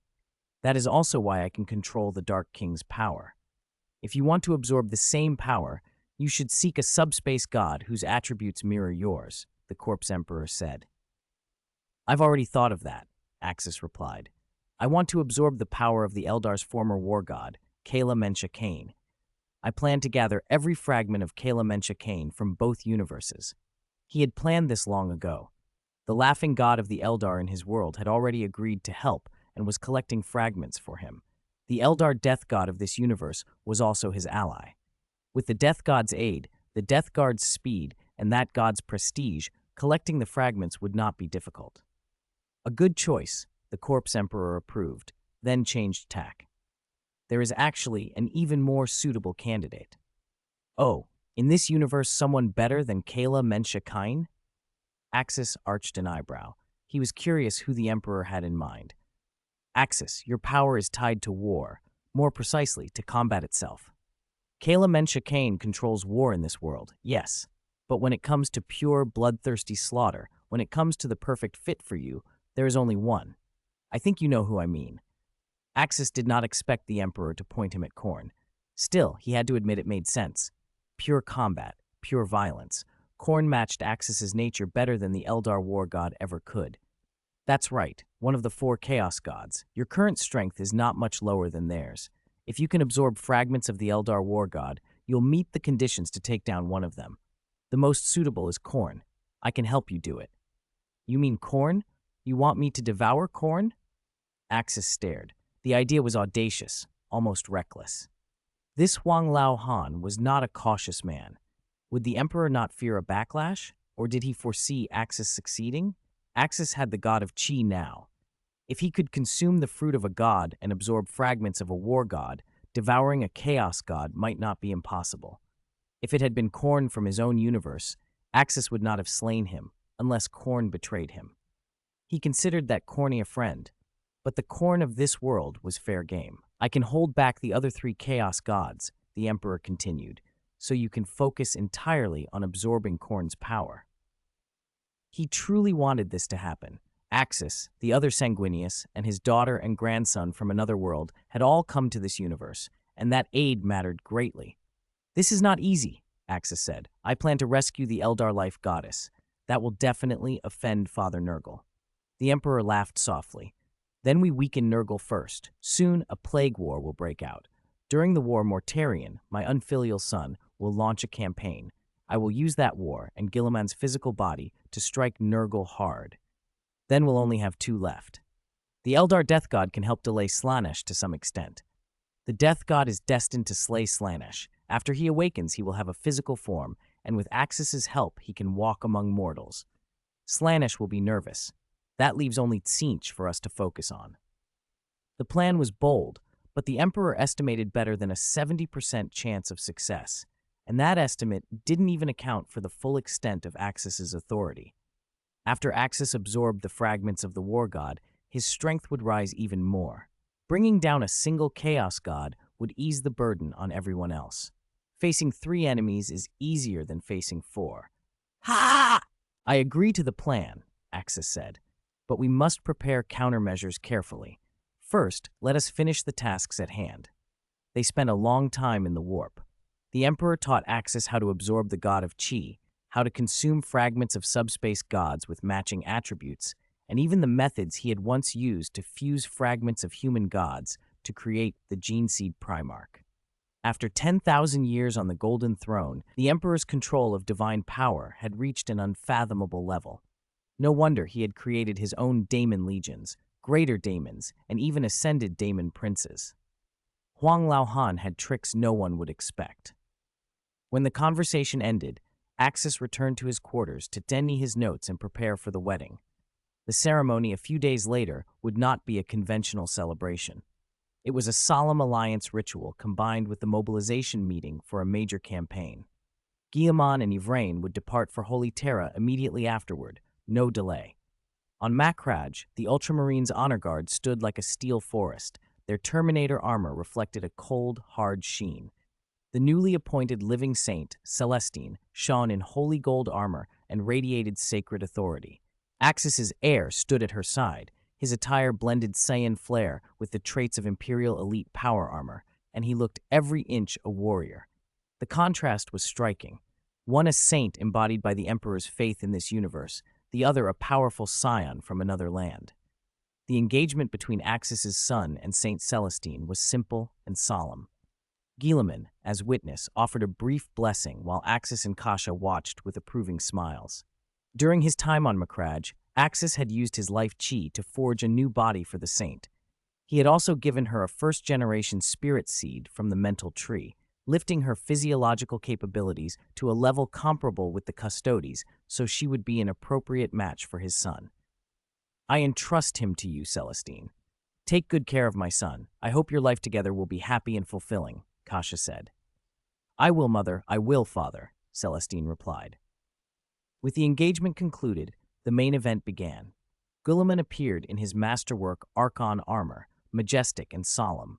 Yvraine, the great seer of the Death Guard, wore exquisite Eldar garments. Her face was veiled, revealing only a pair of star-bright eyes. The Eldar Death God attended as well.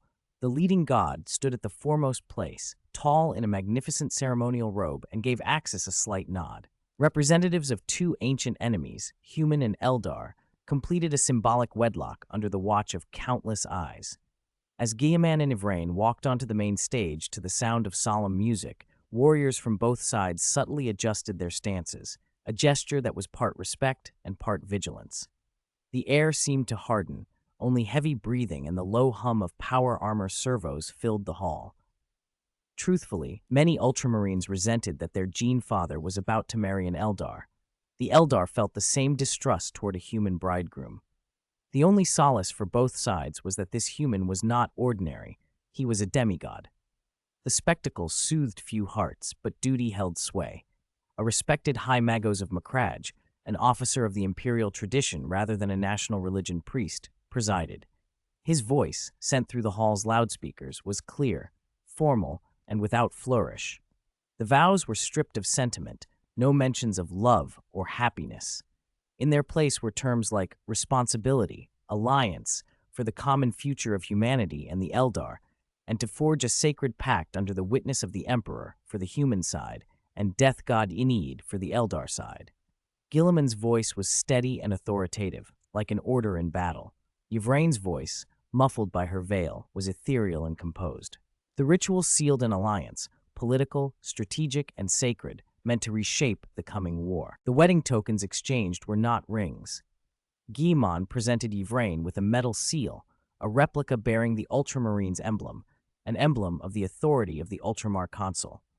Yvraine returned the gesture with an exquisite runestone carved from spirit bone, its inner glow faint and steady like a miniature webway node.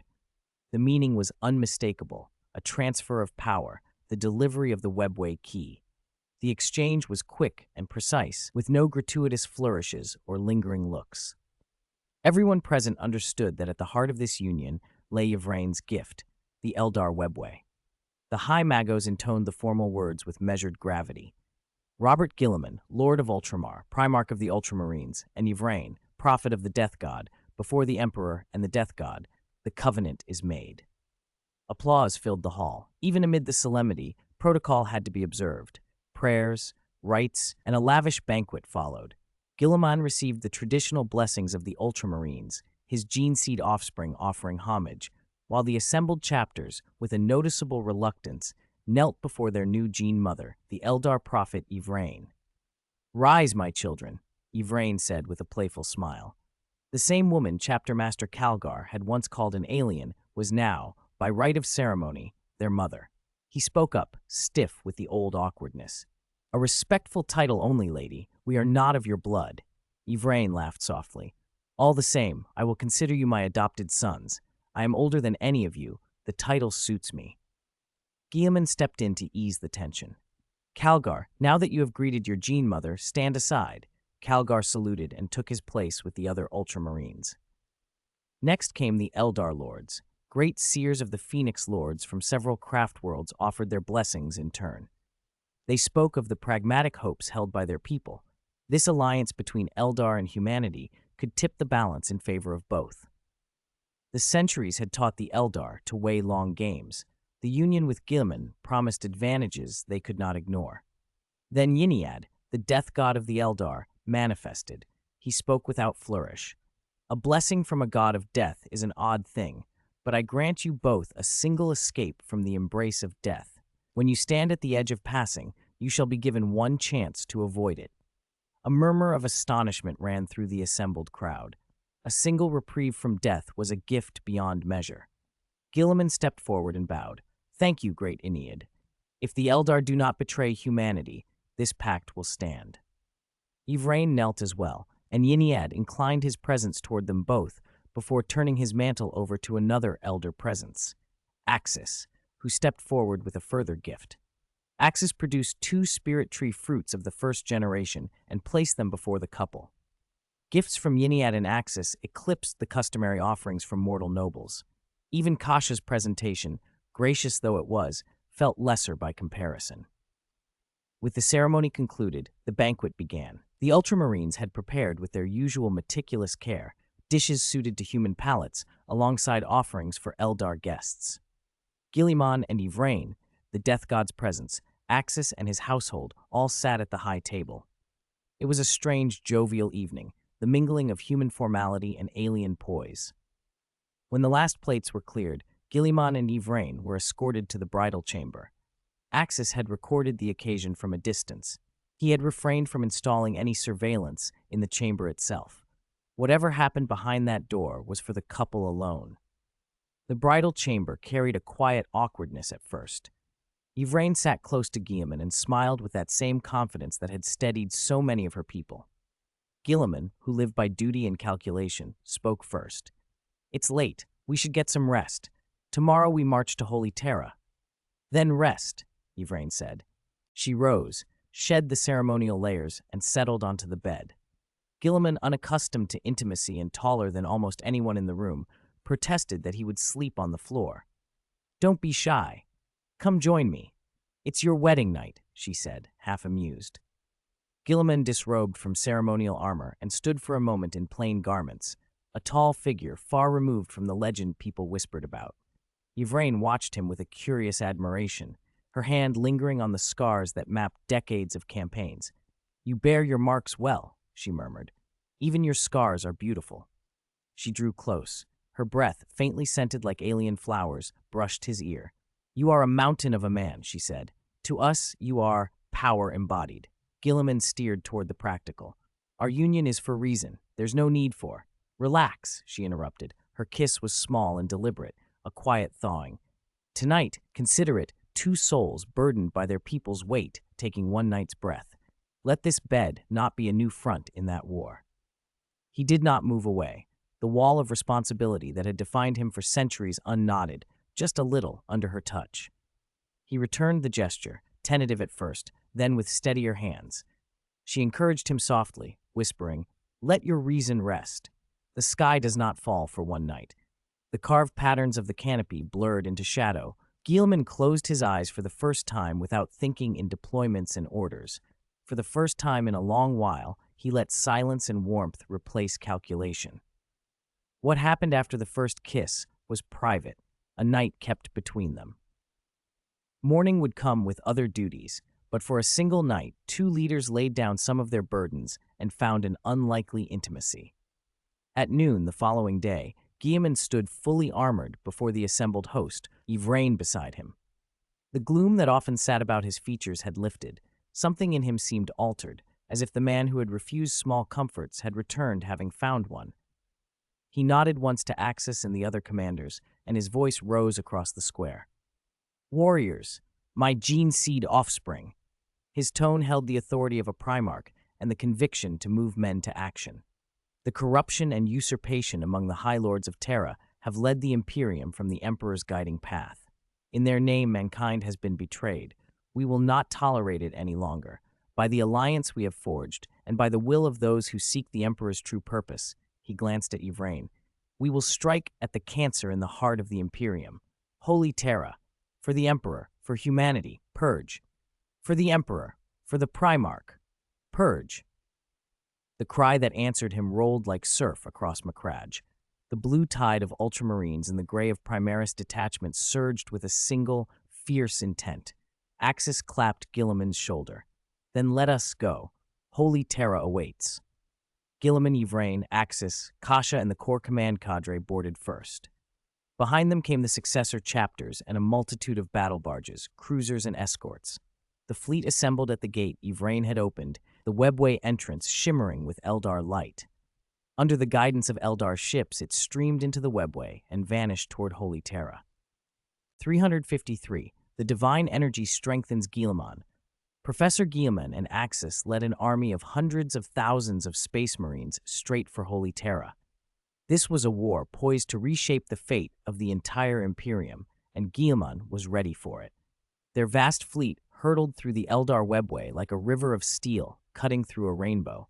The webway's walls shimmered with shifting halos, reflections painting the bridge's viewports and lighting the faces of Guilliman and Yvraine. Yvraine stood at the navigation console, her slender fingers gliding across the spirit bone controls, steering the fleet that might overturn the Imperium. "Eve, how long until we reach Holy Terra?" Guilliman asked. "Don't worry, my dear. Holy Terra is still far from Macragge. Even through the webway, it will take about a month," Yvraine replied. The webway's travel was incredibly fast, but it still required time. Had they chosen the warp instead, the trip would have taken 3 or 4 months and been far more perilous. Gilliman nodded. The webway was nearly 4 times faster than human warp travel and far safer. No need for Gellar fields or the constant fear of being driven mad by the warp's visions. No wonder the father had coveted the Eldar webway. It was immensely practical. Because we're moving so many people this time, we had to take the widest route. Yvraine continued with a small smile. We couldn't use the narrower byways. Those smaller paths are faster. With them, we might have made it in half a month. Guilliman's contingent numbered in the hundreds of thousands. Only the main routes could accommodate such a force, and those routes weren't the quickest. Those narrower paths, people can actually breathe in them, can't they? He asked. Yes, Yvraine said. You can move through them on foot. You only need a single-person flyer. It's like walking, very convenient and quick. Gilliman laughed. In the warp, they needed every protection. A Gellar field around the hull, internal shielding, and mental isolation to prevent mortals from going mad at the warp's sites. If the father had known a political marriage could grant access to the Eldar webway, he would have sent a gene-seed Primarch to secure it long ago. After a while, the two men drifted to a corner of the flagship. Axis approached Gilliman with the predatory grin of an old friend. How was it? Last night must have been something. You're positively glowing. Gilliman chuckled. It was restorative. I had forgotten how important procreation is to living beings. I thought the absolute rationality of a gene-seed Primarch would control such urges. Last night had taught him a new appreciation for being a male life form. Despite being different species, Eldar and humans had fewer barriers than he'd assumed. In appearance and sensibility, Eldar were often closer to humans than some officially recognized abhumans of the Imperium. Axis laughed. I thought one of you would be bedridden, but both of you are fine. Gene-seed Primarchs are still people, Gilliman replied. We have emotions and desires. It's only that in the Warhammer universe, those things are so easily preyed upon by chaos. You underestimate me, Axis said, amusement in his eyes. I'm a gene-seed Primarch too, and you even gave me a spirit tree fruit. That stuff works. Between us, we didn't sleep a wink. Gilliman grinned, recalling Yvraine, her figure, and the supple elegance of an Eldar that no human could match. Axis bellowed in laughter. That's why people like Fulgrim go mad for it. I once boarded his ship before our decisive battle. You wouldn't believe what was inside. He used women's secretions as paint for his art. Gilliman shuddered. Don't compare us to that pervert. Fulgrim's fallen, an utter degenerate. What we did was normal. No comparison. Axis rolled his eyes. He and Kasha had been brash in their youth, too. During long campaigns in the warp, they'd indulged without restraint. He'd worried then about attracting Slaanesh, but over time, he learned the true nature of the Chaos Gods. Lust was only the surface. Slaanesh hungered for extreme combinations of pain and pleasure, sadism and excess. Besides, I've got you around, Gilliman said. And there's you too. What's the worst that could happen? Axis grinned. As long as you're happy, there's something else I'll do before I leave. I should upgrade you, make you into a god. You need to be ready. Axis had 2 missions beyond helping Huang Laohan find his gene-seed Primarch, to transform a gene-seed Primarch into a warp entity, a lesser god, and Gilliman was the best candidate. Where it might take years with others, Gilliman could be readied far faster. I'll use chi energy to strengthen your body, Axis said, patting his shoulder. After his ascent to God of Chi, Axis no longer needed centuries of gradual baptisms or breeding cultivator offspring to prepare a Primarch.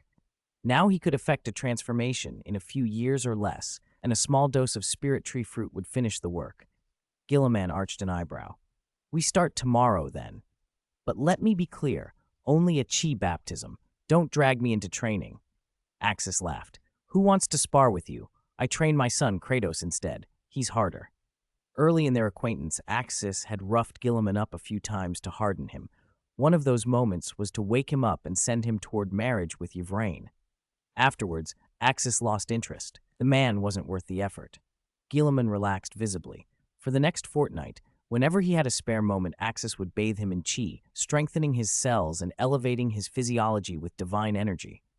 One day, while Yvraine was at the navigation station, she frowned. She summoned Axis and Guilliman quickly. "Eve, what's wrong?" Guilliman asked. "Something's entered the webway. A powerful psychic signal, one I know, and it carries malice," Yvraine said, her expression hardening. Guilliman went immediately on alert. "What is it? Chaos demons? A lost fleet?" "It can't be a lost human fleet. This is a main route used by the Eldar. A human ship wouldn't stay here unnoticed for long," said one of the members of the clown troop standing beside Yvraine. A psychic broadcast rolled across the flagship like a blade. "Yvraine, deceiver, blasphemer, you deceived me. I spared your life, and you harmed my brother. I have come for my revenge." Yvraine's face went pale, then cleared into recognition. "Oh, I know who that is." "Who?"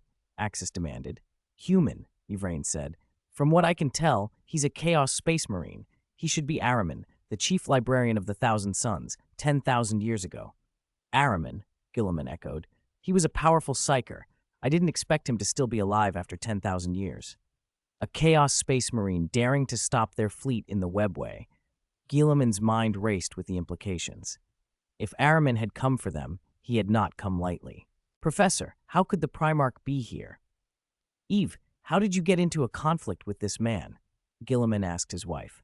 Ahriman's psychic power was formidable, arguably among the strongest of mortal psykers, not far behind Digris. With 10,000 years of experience, he might even surpass him. Guilliman listened as Yvraine explained. "There was a misunderstanding," she said. "When our Death Guard was first founded, the Death God tasked us with collecting 5 Elder Swords so the Death God could be born and destroy Slaanesh. One of those swords rested on the dragon bone of Beltan. When I drew it, the Death God incarnate, Incarni, was born, and the entire Ark world was destroyed. That's ancient history now. The Death God has been reborn. We no longer need to collect the 5 swords." "And then?" Guilliman prompted with mild curiosity. He could tell the rest was Eldar internal affairs and didn't press for more than needed. "As soon as we returned to the webway, Ahriman ambushed us," Yvraine continued. "He wanted to use us to lead him to the Black Library. Many of my Death Guard once served the Clown Troop, and he thought we could find it for him. His power crushed us. We were badly mauled. I made a bargain. I used a crude application of the Death God's power to resurrect some of his comrades, souls trapped in armor without bodies." Calgar, nearby, interjected. "Ah, Rubricae. Magnus's gene children suffered terrible mutation. Ahriman tried a dangerous spell to save them, and it went wrong, leaving them as soulless shells." Yvraine nodded. "Yes, my resurrection was only a superficial reanimation, not true life. It bought time. Ahriman agreed to let us go, and while he was distracted, I ordered the Phantom Knights to open a rift into the webway. I sent those falsely resurrected souls into the webway and drew him after them." She didn't try to hide why she'd done it. Ahriman had cornered them. He could have annihilated the Death Guard. Desperation drove her to trickery. "So they'll die," Guilliman guessed. "When the false resurrection ends, their souls will fail to attach to the armor and they won't become Rubricae again," Yvraine said. "They'll die completely. My command of the Death God's power wasn't refined then. It merely sustained them briefly. When the effect wanes, their souls cannot rebind to those helms." Guilliman's face hardened. "You did well, Eve, but now it's his turn to fear. Any Chaos Space Marine foolish enough to show himself before us." Ahriman's warband numbered only a few hundred, with some Rubricae. That might make them formidable in other parts of the galaxy, but they were no match for the force assembled here, especially now that Guilliman had returned. Ahriman had probably assumed the Ultramarines' fleet before him was largely crewed by mortals, with only a handful of Space Marines aboard. He didn't know a Primarch was present. "Ultramarines, stand down," Ahriman bellowed from his ship. "Hand that woman over, and your lives will be spared." Guilliman made a sound like a low laugh. "What an ignorant fool." He turned to Calgar. "Calgar, take a team and capture him." Calgar saluted. "At once, great Gene Father." Yvraine stopped them. "Wait, you underestimate him. Ahriman's psychic power is among the most terrible in the galaxy. I've fought him. He's dangerous." "Then Digris will go with Calgar," Guilliman said. "Together you can handle him." "No," Yvraine replied with a smile. "I meant I intend to deal with him myself. My strength has grown since we last met. After that last battle, After I helped resurrect Guilliman, I've changed. I can face many of my old selves at once without harm." Guilliman hesitated, then grinned. "You are willful as ever. Very well. I'll go with you. I also want to see Magnus's offspring again after 10,000 years." "I'll join," Axis said, smiling. Guilliman, Yvraine, Axis, and a small escort boarded a shuttle and dropped into a webway platform to meet Ahriman. From his vantage, Ahriman thought his threats had worked. The blue shuttle slowing toward his position looked like compliance. He did not expect Guilliman to be aboard. When the shuttle's ramp lowered, a giant in blue armor strode out. Ahriman's mind clenched, his breath caught, and his eyes widened in disbelief. A Primarch, alive, stood before him. Following him was the Eldar who had ruined Ahriman's plans and taken his comrades, and a man in a strange combat suit about Space Marine height. Ahriman felt his situation suddenly more dire than he had imagined. "Traitor," Guilliman said coldly. "Kneel." Ahriman staggered back, suspicion and calculation twisting his face. "Impossible." "Guilliman, how have you awakened? You should still be on Macragge." Yvraine stepped forward, her voice light but venomous. "We meet again, Lord Ahriman. You left too soon last time. I should have told you then. My resurrections weren't perfect. Your friends were only briefly reanimated." Ahriman ground his teeth. He did not want to fight with a Primarch. He wanted the one woman. "I don't want to clash. Hand her over, and I will leave." Guilliman's answer was instant and fierce. "No. First, I will not let a traitor and Chaos Space Marine depart freely, especially one who betrayed the Imperium and the Emperor. Second, she is my wife. I will not hand her over." This move is called the Life and Death Talisman. Professor, learn it well. Ahriman's face registered only disbelief. He glanced from Guilliman to the smug Eldari woman beside him. Was he hallucinating? Or was everything before him a fabrication spun by the Chaos Gods? "These are nothing but illusions, mere phantoms. You won't trick me," he roared. None of this could be real. Robert Guilliman, the Geneseed Primarch, had lain in stasis on Macragge for 10,000 years. Even if he had awakened, he would never marry an Eldari, nor would the Ultramarines march into the webway. Yvraine doubled over with laughter. "Ha! This is too amusing. It seems Guilliman can't accept reality," she cried. Humans were endlessly entertaining. "Sinch, is this some trick you've woven?" Ahriman sniffed contemptuously. The illusion looked flawless, yet its content felt false. The entire scene reeked of artifice. He could not accept it. "You think we're all illusions?" Axis laughed with him. Professor A was entertaining. In Axis's world, the professor had always been chief librarian of the Thousand Suns and loyal to the Imperium. Seeing this version of Ahriman so defiant was almost comical. Guilliman sighed, then moved like a bolt of blue lightning. He closed the distance to Ahriman in an instant, seized the sorcerer by the neck, and lifted him up. With a single, brutal slap, he knocked Ahriman's helmet off and swelled half his face. "Open your eyes and see if I'm fake now," Guilliman said. The motion was savage and exact. Axis's tactic of rousing someone through force suddenly made perfect sense. It stirred a grim satisfaction. This is impossible. Are you Guilliman?" Ahriman could not accept it, but reality had just struck him in the face. Across the galaxy, he was a top-tier psyker, and combined with the physical capabilities of a space marine, he moved with impunity. For 10,000 years, he had known no true setback, at least not against equals or mortal foes. Against a Geneseed Primarch, all his advantages vanished. Any space marine before a Primarch was as a newborn. Even the weakest Primarch could fell the strongest space marine in a single stroke. He felt it now, the blue giant's speed like lightning, strength crushing, psychic shields and wardings shredded. Any attempt to blow out a Primarch's mind or slow him with sorcery was laughable. The power that radiated from Guilliman was absolute. "How tragic, a fallen traitor," Guilliman said quietly, thinking of Magnus. Magnus's betrayal had been a tragedy. The Emperor had given him a chance that Magnus did not honor. "I'm a traitor? Ha! Guilliman, if you truly awakened from 10,000 years, then look at what the Imperium has become. It is nothing like the realm the Emperor promised. You're no better than I am. You formed an alliance with the Eldari," Ahriman spat. He took Guilliman's actions for a fresh betrayal. The first Primarch to awaken after 10,000 years, now siding against the Emperor. "I am eternally loyal to my father, the Emperor, and to the Imperium of Man," Guilliman replied. This is an alliance between the Imperium and the Eldari. I will take their great seer as my bride, and they will grant us access to the webway. He tightened his grip as if he meant to end Ahriman then and there. Wait, don't kill him yet. Axe's voice cut through. Guilliman stilled, nodded, and released Ahriman. The Chaos Space Marines who had accompanied Ahriman were frozen, paralyzed by fear. Before a gene-seed Primarch, there was no choice but immobility. Their leader had been mad to provoke such a being. Some among them even felt something else, an inkling of kinship. Because of the stability and reach of Guilliman's gene seed, many Space Marines across the galaxy were his spawn. Among Ehrman's followers were not only hirelings, but a scattering of those who carried Guilliman's gene stock. They recognized their gene father and were stricken. Guilliman turned to Axis. What do you intend to do with him? Axis is a traitor. In his heart, he respects the Chaos Gods very little, Axis said. Outwardly, he serves Tzeentch, but ask him and he has no true faith. The gods don't need faith, only deeds that serve their aims.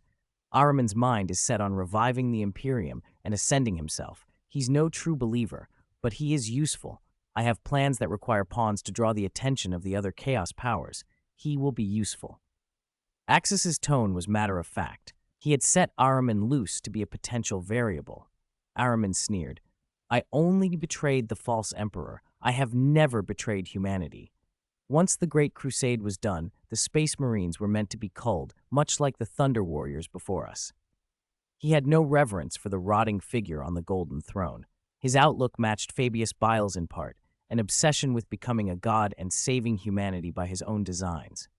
Guilliman's response was cold. He isn't worth saving. For these traitors there would be no mercy. Annihilation was the kindest fate. Guilliman, you lack hands for the dirtiest work. You need those who will do the ugly things you cannot be seen doing. Many of the renegade warband are your gene seed spawn. Many traitors in this era were driven there by the Imperium's own perverse laws, Axis said. He wasn't exaggerating. The High Lord's harsh edicts and the Custodian Guard's cruelties had pushed many into rebellion. Some Primaris chapters, in future turns of fate, would be forced to break. So you want Ahriman for dirty work? Guilliman considered the idea. I can't deny the utility, but control is the problem. How do you control a man like him? He will turn at the first chance, and he'll boast that he served Guilliman.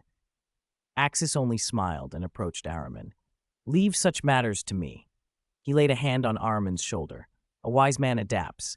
Guilliman and I will need you for certain unpleasant tasks. You must do them discreetly and well. Can you do that? If you grant me my freedom, I will obey, Ahriman replied smoothly. He would never truly submit. He aspired to be a god himself. He would agree to anything to win his release. You're lying, Guilliman said flatly, seeing through him. None can betray me. Axis declared, and then infused a thread of his god of chi into Ahriman's soul. Ahriman felt a foreign power sink into his chest and anchor there. Axis explained as he worked. I've implanted a small mechanism in you. It will keep you from betraying me. If you cross me, this will activate. A fine lattice of energy unfurled under Ahriman's skin, a whispering network of chi that crawled like silk threads through muscle and bone. Ahriman writhed as an unbearable itch blossomed across his body. He clawed at his skin, tried to sever nerves, and threw up psychic barriers, but the power within him was unaffected. The sensation escalated from maddening itch to searing torment as the foreign energy pressed upon his soul. Ah, what have you done to me? He screamed, rolling on the ground. Just a preview. Axis's voice was cool. It's the lightest punishment. I've implanted a very special energy. It will remain dormant and won't bother you during combat or while you use psychic powers. But betray me and I will flip the switch. It will be your death warrant. I can make your body and soul detonate in a spectacular cosmic display. The technique was Axis's invention, based on a concept from wuxia dramas. He called it the Space Life and Death Talisman, a chi-powered control that tortured both body and soul. Ahriman's face blanched. No, stop, please. I will obey. I'll do whatever you command. That's better. Axis increased the pressure just enough to hammer the lesson home. Ahriman's soul seemed to swell and threaten to burst. He knelt, broken and pleading. Axis produced a second-generation spirit tree fruit and offered it. Follow me and there will be rewards. This will enhance your body, make you many times stronger. It will let you hold more psychic power and reach greater combat heights. Consider it a welcome gift." Araman accepted it with bowed head, forced gratitude on his lips. "Thank you, Master." "One more thing," Axis added, smiling. "My reach is long. Even if you flee to the far edges of the galaxy, I can still activate the chi inside you and speak with you across space. Run as you will, I will find you with my god of chi." 356. The Real God, Professor A's Own Dream. Araman's expression soured as Axis spoke. If this curse really was what the stranger claimed, then Araman might never be free of it in his lifetime. Damn it. If it were some kind of psychic magic, he could find a way to undo it. He was a master of the lore, after all. If he couldn't, he could shamelessly beg Magnus for help. His gene-father had always been fascinated by strange psychic phenomena. Even if their relationship was distant, Magnus would still lend a hand when something tugged at his interest. But Araman had already probed the energy with his psychic senses. It was not psychic, nor any power he knew. He had never encountered anything like it. There was the faint chance Axis was bluffing, trying to scare him, but that probability felt vanishingly small. Araman would not gamble with something that could bind him forever. He glanced down at the fruit in Axis's hand. Was there something special about it? Try it. If you never try, how will you ever know whether it's good? Axis said, patting Araman's shoulder. Axis's tone was almost kindly indulgent. Little A had talent, Axis thought, but he'd followed the wrong father and his character was crooked. Some tendencies simply needed to be straightened out. A little pressure now and then did more good than harm. "How dare I?" Araman began, then stilled. He bowed with theatrical loyalty. "This lord does not even know your name yet. From this moment I will serve you." "My name is Axis. From now on you may call me Lord Axis," Axis replied. "Yes, Lord Axis." Araman nodded and looked him over again. He had never seen Axis before, nor heard his name. He scoured tens of thousands of years of memory and came up empty. He could not place this man. How could such a being, strong enough to rival a gene-seed Primarch, able to subdue him and lay such a terrifying curse, be entirely unknown? A possibility clicked into Araman's head. Perhaps this was an immortal. Perhaps someone from the Emperor's era, a powerful psyker who had survived. Only that could explain the scale of the power before him. "Thinking about who I am?" Axis asked with a smile. "I am curious about your origins, Lord," Araman said humbly. "If you wish to speak, I will listen. If not, I shall not press." Axis laughed softly. "I am the thing you have dreamed of. I am what you have always wanted to become. Do you understand what I mean?" Those words struck Araman like a physical blow. The thing he had dreamed of. The thing he wanted to become. What did Axis mean by that? For 10,000 years, Araman's obsession had been transcendence. To lead humanity back to glory by becoming a true god, an entity like the false emperor. He had searched every scrap of psychic lore he could find, experimenting endlessly to upgrade body and soul. Success had always been partial. Most of his current power had been granted by the Chaos Gods. If Axis could know the deepest, secret goal of Araman's heart, if Axis knew he sought to become a god, then what did that make Axis? "Lord Axis," Araman whispered, "are you truly a god?"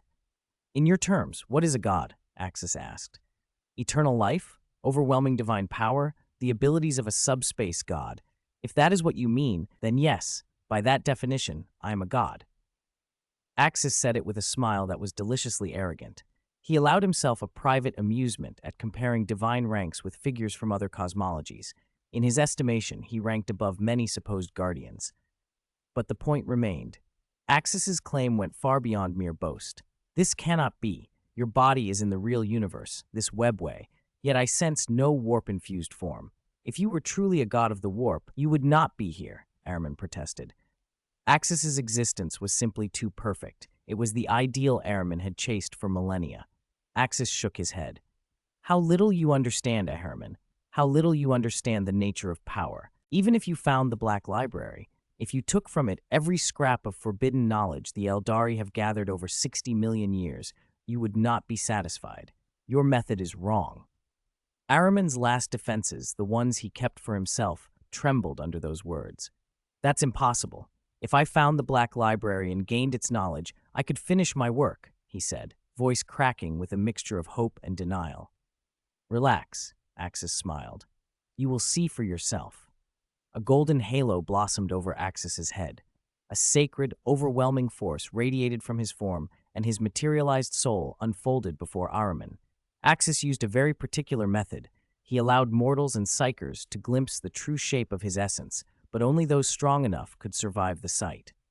Weaker minds would be annihilated by that radiance. Even chapter-level chief librarians like Ahriman could only bear it with the most desperate control. Ahriman sank to his knees, eyes wide and unbelieving.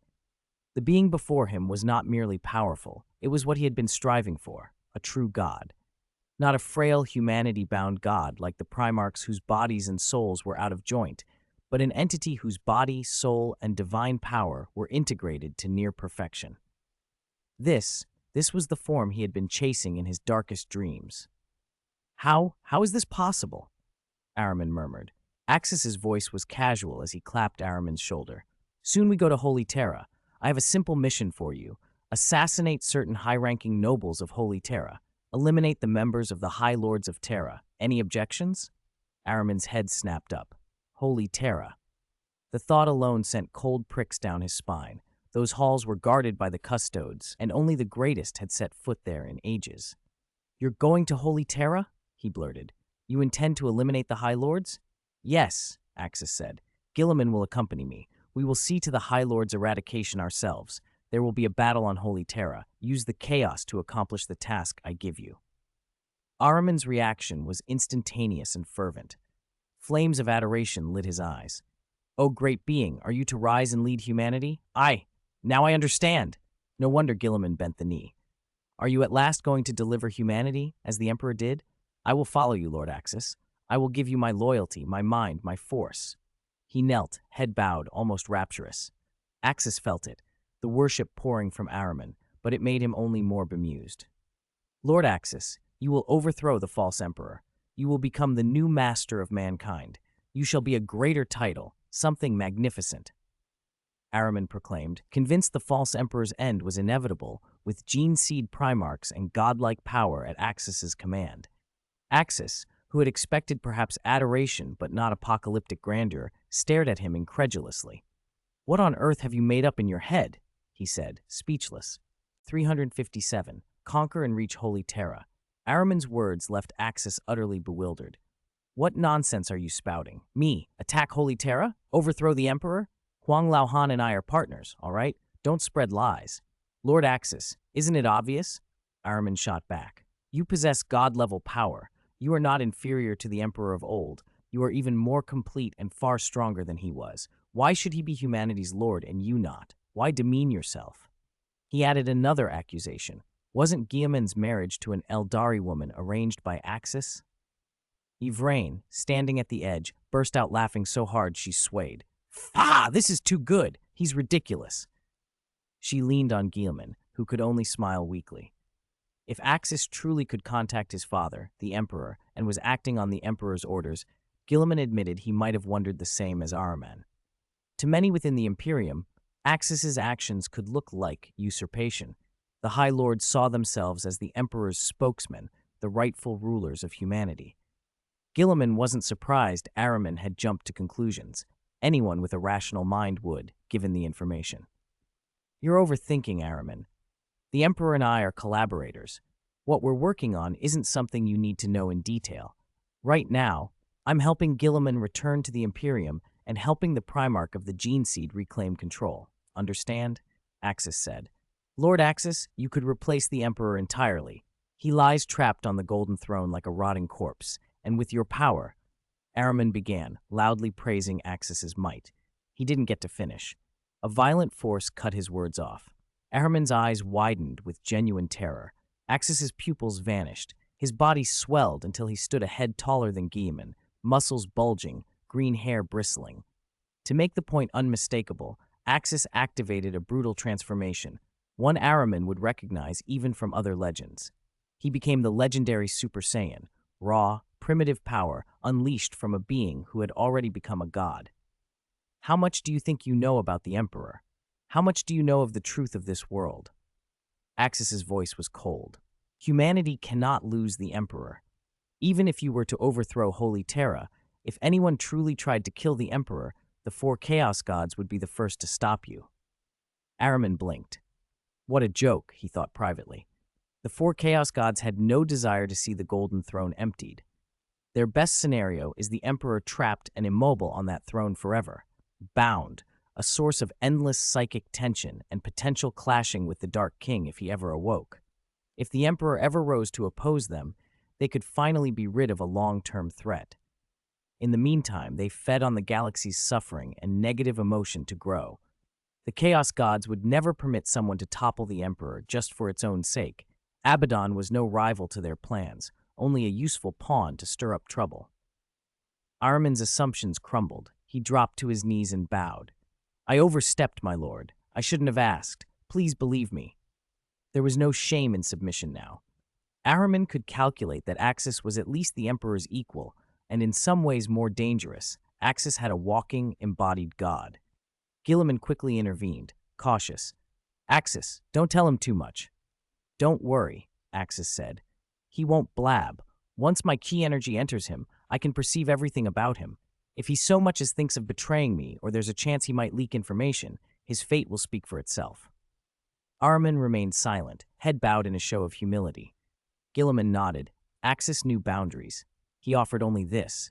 The Emperor was crucial to humanity. No further detail. Accept this boon, Axis said. Ahriman, let's see if you can bear the power of this fruit. Ahriman swallowed without hesitation. The fruit's life energy poured into him like a flood, assaulting his body on a cellular level. Every muscle fiber, every blood vessel, every tissue felt as though it was being ripped apart and rebuilt by violent growth. Hold on, Ahriman, Axis warned. This fruit contains tremendous life energy that can evolve the body, make it many times stronger, perhaps tenfold. But you must be able to accept it. If you cannot, it will prove you are limited and useless to me. Only a Primarch's gene seed could perfectly absorb the power of a first-generation spirit tree fruit. The second-generation fruits were weaker, but ordinary space marines could not handle them. Even Axis's former gene seed offspring, Kasha, could barely assimilate one. Axis wanted to see whether Ahriman could surprise him. Ahriman gritted his teeth, pouring his psychic might into holding himself together and forcing his body to absorb the life energy. The power still raged through him. He felt himself close to breaking. He thought of his hollowed-out brethren, the ones he had not saved, and steeled himself. He rooted deeper into his reserves, pushing his psychic strength to its limits. Axis watched, approving but unsentimental. After a tense 10 minutes, Axis placed his palm on Ahriman's shoulder and infused his divine power to steady the sorcerer's soul and body. At last, Ahriman finished absorbing the second-generation spirit tree fruit. He rose to his feet, a changed man. His height had gone from 2.5 meters to over 3. His body far exceeded that of a standard space marine. Even his gene seed felt enhanced by some unknown force. He could sense his physical strength multiplied, perhaps tenfold, and with that, the psychic power he could wield increased. His soul had only grown a little, but enough that he could feel Axis's ability to fortify it. The implications were staggering. No wonder Axis could be the only god with a living body. Lord Axis, Ahriman said, voice reverent, your power is awe-inspiring. I will serve you without reservation. Good. Axis smiled thinly. Do the tasks I assign, and you will be rewarded. Complete this mission, and I will give you another fruit. You can juice it and dilute it into an elixir to distribute to your warband. It will strengthen them. These renegades had no scruples like the Imperium Space Marines. Given an order from Axis, they would perform any foul task required. For Lord Axis. The entire renegade warband, Rubrith and living Marines alike, knelt in unison. Now, Axis said, take your ship and follow behind us. When we reach Holy Terra, you will operate independently. I understand, Lord Axis. You have my trust, Ahriman replied. Following such a god-held promise, perhaps he could finally redeem the Hollowed Ones with Axis's backing. Before departure, Axis had Kasha erase certain memories, those of Chapter Master Calgar and Librarian Tigurius, from any who needed to be kept unaware. She cloaked Ahriman's ship in psychic concealment, and the renegade vessel slipped quietly into formation behind the fleet. The rest of the voyage was uneventful. After 10 days, they reached the solar system. The Grand Fleet emerged into real space through a gigantic stargate in Jupiter's orbit, the gateway folding them back into the material universe. Finally, Axis breathed as the pale disk of Terra loomed ahead. We've arrived. Holy Terra. This was Axis's first time setting foot in Holy Terra in this world, or rather, Holy Terra 10,000 years on. As soon as his fleet entered the solar system, Axis felt something no mortal could, a dark, overwhelming will pressing out from Earth itself. It was the consciousness of the Corpse Emperor, radiating with terrible power. Even from Jupiter's orbit, Axis could perceive how vast and malignant it was. "This is far too close to Terra," Leman muttered, frowning. "I can't imagine the webway opening near Jupiter. If the Eldar had been able to strike from that far out, the consequences would have been catastrophic. We need stronger defenses. Even though we're allied with some Eldar now, the Craft Worlds, the Exodites, the Harlequins, the Dark Eldar remain completely hostile. They must be dealt with." Axis snorted. "You might be overestimating the Eldar reach. The nearest webway access to Terra is on the moon." Leman looked at Yvraine, his wife, astonished. "On the moon? Is that true?" Yvraine shrugged. "The ancient webway network stretches across the galaxy. Your Emperor once developed a webway portal to Terra itself. There is a passage on Luna, but it's narrow, unsuitable for large vessels. Otherwise, a direct route would have been the fastest way in." "That's not comforting," Leman said. "I'm not worried about your people. I'm worried about the Dark Eldar. They're predators. I've reviewed Imperial intelligence. There's no trust to be had with them. The Dark Eldar are the reason for so much friction between the Imperium and the Eldar as a whole." Ynnead, the Eldar death god, who stood nearby, interjected with cold contempt. "They are fallen Eldar, degenerate descendants of our nobility. They are not our people." "They're not natural-born either," Axis added. "Most of Kamorai's denizens, probably more than 99%, are products of the homuncules' cloning and gene cultivation. They survive by bartering the suffering of others to Slaanesh, offering up torment and depravity to keep their souls from being consumed. They are corrupt to the core." Axis and Ynnead had already agreed. They would not be lenient. The Dark Eldar's methods had turned them into creatures of hedonism and cruelty. Their survival depended on the same god the Eldar death god opposed. Destroying Kamara would kill a huge percentage of the Eldar population, and Ynnead would grow stronger for it, strength that could be used against Slaanesh. For Ynnead, this was an opportunity to consolidate power. For Axis, it was advantageous as well. "Do you need our support against the Dark Eldar?" Leman asked. "No," Ynnead replied with a smile. "This is Eldar business. I will handle it myself." It was a moment to assert authority. Ynnead would not let others take it from him. He could spare a few to be spared in return, some of those who would swear fealty, but most of Kamorai's denizens were beyond redemption. Yvraine watched and sighed. She had been born to a craft world, but had always chafed at the strict paths. She had run away, become a space pirate, and then an arena combatant in Kamara. Kamara was brutal, but it was freedom. Strength won everything there. Ynnead would likely spare those who swore him fealty, but there was little sympathy left for the rest. "We should move," Kratos said. "Father, Lord Leman, before Terra's defenders can react, we must reach the planet." Leman bristled. "We're not brigands. We are here to cleanse the Imperium's parasites, not to sneak around. We should go to Terra openly. The High Lords will see it as a threat if we land with fanfare," Calgar warned. The veteran chapter master knew Imperial politics well. The High Lords were quick to mistrust. Gilliman's crossing of lines in the past had led to rebellions and bloodshed in other timelines. Axis shook his head. "Go openly. Humanity has no time for courtly caution. Something else is happening on Terra right now. Something far worse." Ynnead's voice, low and grim, confirmed it. From where they stood, he and Axis could sense the tearing at Terra's heart. Massive numbers of Chaos demons were pouring out of the Cadian Gate and ravaging Holy Terra. This was no political spat. It was an invasion. "Kasha," Kratos said, his worry evident even as a different version of himself burned inside him. "We must support them." "We will," Axis replied. "The Adeptus Custodes and the Imperial Fists are not to be underestimated. We'll get there in time." Gilliman's expression hardened when the magnitude of the assault sank in. The Imperial Center, the Golden Throne, Terra itself must not fall. All vessels, maximum battle readiness, he ordered. Set course for Terra at all speed. Calgar, prepare all units for immediate landing operations. For the Emperor, for Guilliman. Calgar's cry rolled through the fleet, and the reply from Ultramarine successors and Primaris detachments thundered back. The fleet surged inward toward the solar system and the burning world below. We'll help, Yniad added. Slanesh's minions are everywhere. Good. I have a score to settle. He welcomed the prospect of purging demonic filth. In tens of minutes, the fleet was in orbit over Terra. Below, the battlefield writhed with unending demonic swarms. Kratos, feeling the battle surge through him, clenched his fists. His hair blazed gold, and a radiant aura poured from him like some mythic warrior's power. Finally, he said, let them taste true wrath. He didn't bother with landing craft. With a shout, he leapt from orbit, raining down toward the palace and the Primarch's blooded defenders below. From the bow of the command ship, Guilliman looked down and felt his stomach tighten.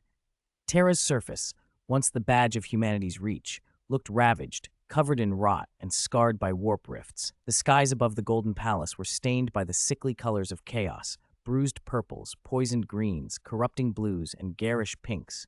Tears in the warp gaped like wound scars. Daemons swarmed through them onto the planet, innumerable as locusts. Axis smiled wryly. It wasn't a webway failure. Chaos had it all planned. Ambushes on the route. They expected us to come the usual way. They didn't expect Guilliman to marry an Eldar and use the webway. Their traps were useless. Chaos had scrambled. Magnus and Fulgrim had acted. Mortarion had spread plagues near Macragge, attempts to stop Guilliman. But the Primarch's return had thrown their plans into disarray. The demonic waves now choking Terra had been intended as Guilliman's last gift. Instead, they were the first salvo of a war. On the ground, the Adeptus Custodes, golden, immovable, had left the hidden courts of the Imperial Palace and formed desperate, holy bulwarks across the streets. Their blades burned with purifying light, cutting down endless ranks of low demons. But the enemy included greater demons, Khorne's bloodthirsters with roaring axes that split the earth, Tzeentch's lords of change weaving uncanny sorceries, Nurgle's great unclean ones spreading pestilential clouds, Slanesh's keepers of secrets tearing at minds with unbearable allure.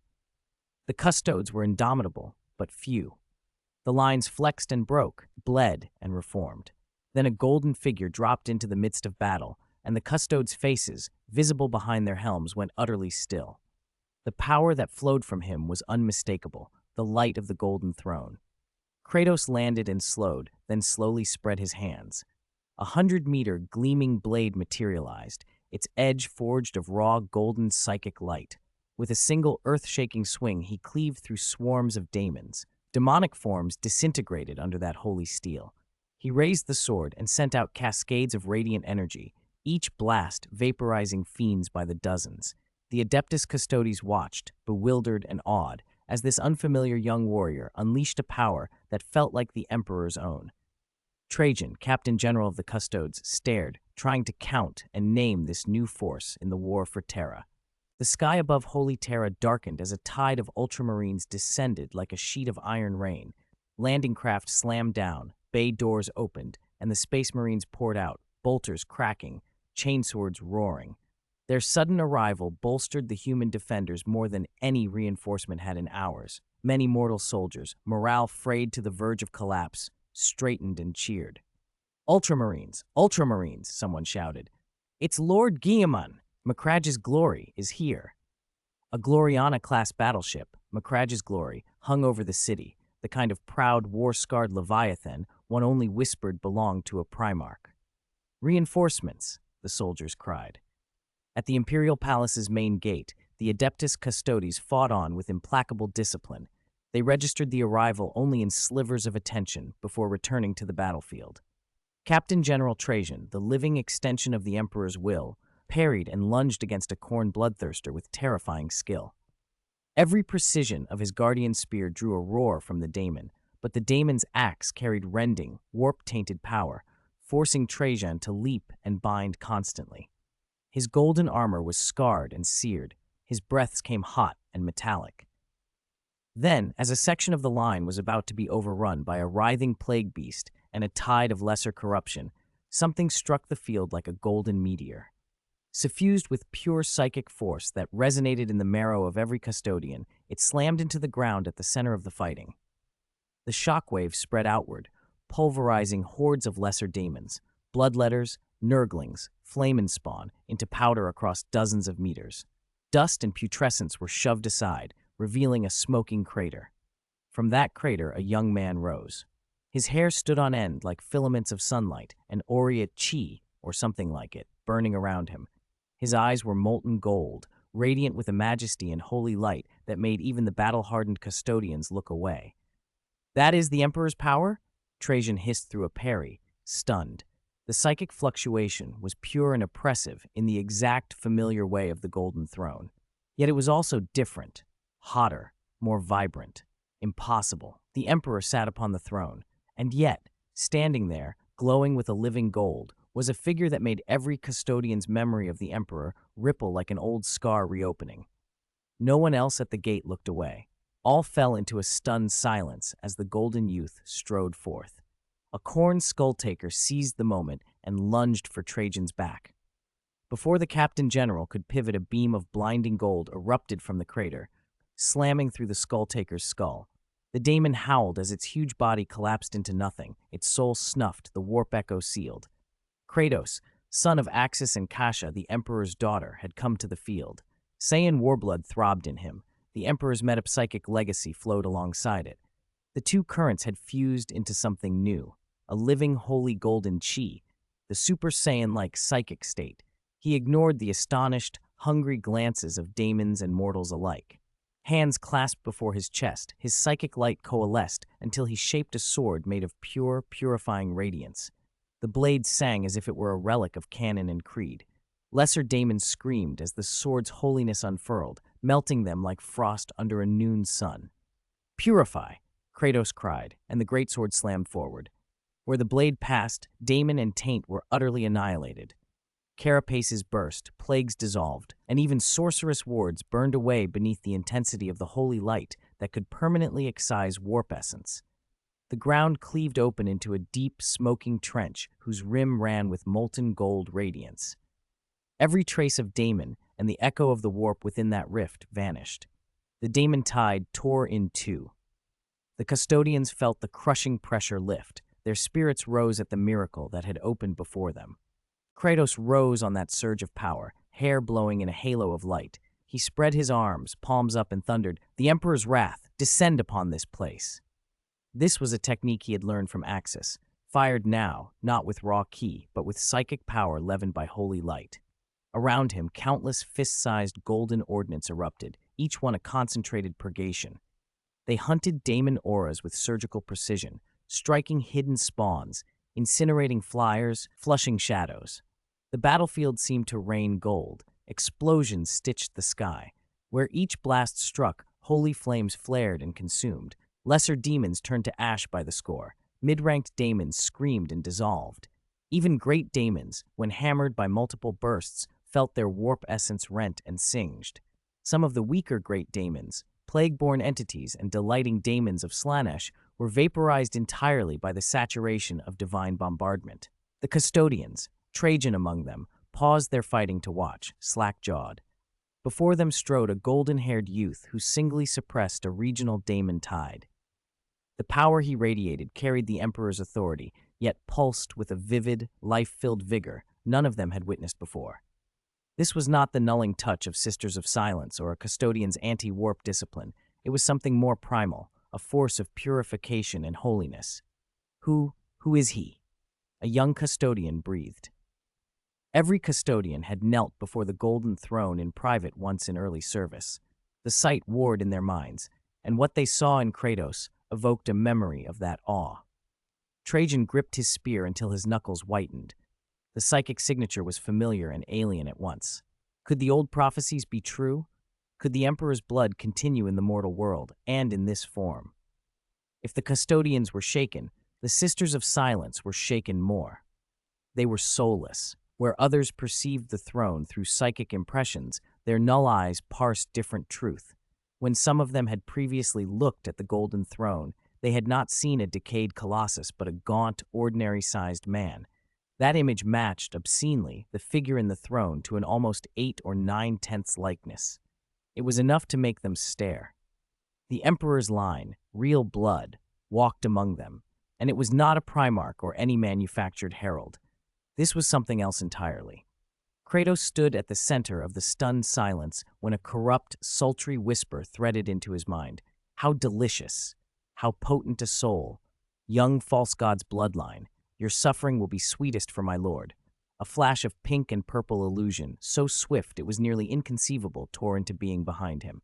A keeper of secrets moved with obscene grace, taloned hands seeking the mortal heart. Slanesh's favored great demon had waited for an opening, had waited for the new golden figure to relax into his spectacle and let his guard fall. Kratos' mouth curved into a signature Saiyan smirk, arrogant, thrilled. His body vanished into a burst of golden flame, the Keeper's claw closed on afterimage alone. In the next instant, Kratos reappeared at its side.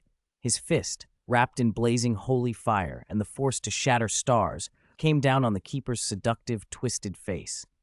"Aurora!" he shouted, the battle cry his father taught him heightening the blow. The impact detonated. The Keeper's bewitching face and most of its upper torso were obliterated in a single cataclysmic strike, ripped apart as if a stellar furnace had met ice. Before it could even make a sound, it was gone. The remaining lower mass collapsed into scattered pink-purple motes, then was purified by the holy light suffusing the field. No shadow of it could return to the warp. One punch. A keeper of secrets, one of Slanesh's greatest demon lords, wiped away by a single blow. The entire battlefield fell into a stunned silence. Space demons had been charging in a frenzy. The Adeptus Custodes were locked in a savage bloodbath. The Imperial fists watched from the high palace walls. But for a long moment, none of it mattered. The only things that cut through the inferno were the golden flames that clung to Kratos and the murderous focus in his eyes. The Slaneshi Keeper of Secrets had just been shattered. This was no petty lesser daemon. A Keeper of Secrets is a greater daemon, an existence far beyond the strength of ordinary space marines. Even many custodians would struggle against one. Killing such beings outright was normally impossible without an artifact of exceptional power. At best, they could be banished back to the warp. And yet here, on the field, a greater demon had been annihilated with a single blow. It was gone. "There's no mistake," a Sister of Silence said, frowning. "That power, there's no mistaking it. It is the Corpse Emperor's power." The other Sisters of Silence nodded. As nulls, they could feel and identify psychic signatures. The Corpse Emperor's psychic imprint was unmistakable. What unsettled them was the strength of the power. Nulls, too, have ranks. The more potent, the greater the suppression. But even their highest level could only strip away a psychic illusion and reveal a true face. They should have been able to affect him. Yet this man's psychic presence was entirely unaffected by their null field. A golden figure descended beside Kratos. The living Saint Celestine had reached the ground. For the past month, she had stood by Axis and his son, and in that time had learned to wield the power of the holy light. Living saints are absolute believers. They inherit and channel that sanctity. With Axis's blessing and the new form he had granted her, Celestine was now more potent than ever. In any case, she had arrived too late to fight. The bulk of the demons had already been dealt with by Kratos. The couple landed together and bowed their heads slightly to the Custodes. Trajan, Captain General of the Adeptus Custodes, watched Kratos with a face that mixed awe and conflict. How should he treat this man? As the blood of the Corpse Emperor, therefore to be obeyed? Or as something to be watched, perhaps even expelled? The implications were terrifying. Is that angel in the sky a living saint? Trajan asked the leader of the Sisters of Silence, seeking to shift the focus. "She is Celestine," another sister answered carefully, "but not the Celestine we used to know. She has all the powers of a living saint, but—" The other sister took up the thought. "She is different, and she has a true physical body, not a warp form." Trajan frowned. Living saints are, by nature, born of the warp, dead women chosen and returned as instruments of the Emperor's will. Their bodies are closer to daemon constructs than to living flesh. This Celestine, however, asserted that she had been reborn with a real body. Celestine spoke then, and her voice was steady. "I have received the Corpse Emperor's blessing and Lord Axis's blessing. I now possess a true body. This man at my side is Kratos, Kasha, the son of the Corpse Emperor's daughter. He bears the Emperor's blood and his psychic power. Kratos stepped forward. Adeptus Custodes, he said plainly. My name is Kratos. I am of the Corpse Emperor's bloodline. Genuine. I have already eradicated the demonic host here. This battle is over. On the bridge of the Axis, high in orbit, Axis watched his son's God of War stance and the clean, decisive strike that had wrecked the Keeper of Secrets. He allowed himself a nod of satisfaction and turned to Kasha and Guilliman at his side. Our son is enjoying himself, he said. Let us descend and speak with your father in this world. The ship began its descent, casting a vast shadow over the smoldering battlefield. A new storm was forming over Holy Terra, its eye focused on the Golden Throne itself. The Corpse Emperor would feel this coming. Trajan, still uncertain, forced himself to speak. I cannot ignore what I see. The power is familiar, but there are other elements I cannot place. I suspect, there are rumors, someone might have cloned the Corpse Emperor's DNA. It was no wild guess. Not long past, an inquisitor and a rogue traitor had risked everything to thread through to Kamara and barter with homunculi to repair the Golden Throne. The throne had been straining for eons, psychers burned by the thousands each day, components failing. The Dark Eldar, however, had taken the bargain and perverted it, seeking to replicate the throne, perhaps even to clone the Emperor himself. The Adeptus Custodes had quashed the plot, but bloodlines leak and secrets smolder. The possibility of a clone was not unthinkable. You think I am a clone? Kratos asked, incredulous. Perhaps your body carries impure genes, Trajan began. A single instant later, Trajan's helmet was gone, teeth scattered from his mouth. The Captain General toppled to the ground, and Axis's boot planted on his skull. The blow had come faster than any custodian could react. Say that again, Axis snarled, pressing down so hard Trajan's body trembled. Whose genes did you call impure? The surrounding custodes drew weapons and lunged, but Axis merely snorted. A pressure like a falling mountain rolled out from him and pinned them to the ground, unable even to move. You presume too much, Axis said coldly. My blood is the source of my son's power. Father, please, Kratos pleaded softly as he stepped between Axis and the fallen Captain General, afraid his father would massacre the Custodes in a burst of fury. Axis was capable of such things. Custodians and mortal soldiers alike were little more than pawns to his wrath. Before violence could spiral, a new presence walked up, Guilliman. At his arrival, Celestine flared with golden light. A terrible power settled about her, and her eyes shone with inner fire. The voice that came from her was not feminine. It rolled out deep and male, a tone the Custodes had not heard in 10,000 years. My Custodes, the voice said, and every man there broke into a tremble. Kratos is indeed my grandson. Axis is my son-in-law. Allow them entry to Holy Terra. Relief and electric awe rippled across the Custodes' faces. They had heard that voice once a millennia ago, but to hear it now, issuing through Celestine, was to have a small part of history reawakened. Axis did not hesitate. Take me to the Golden Throne, he said. Perhaps I can ease the Corpse Emperor's burden.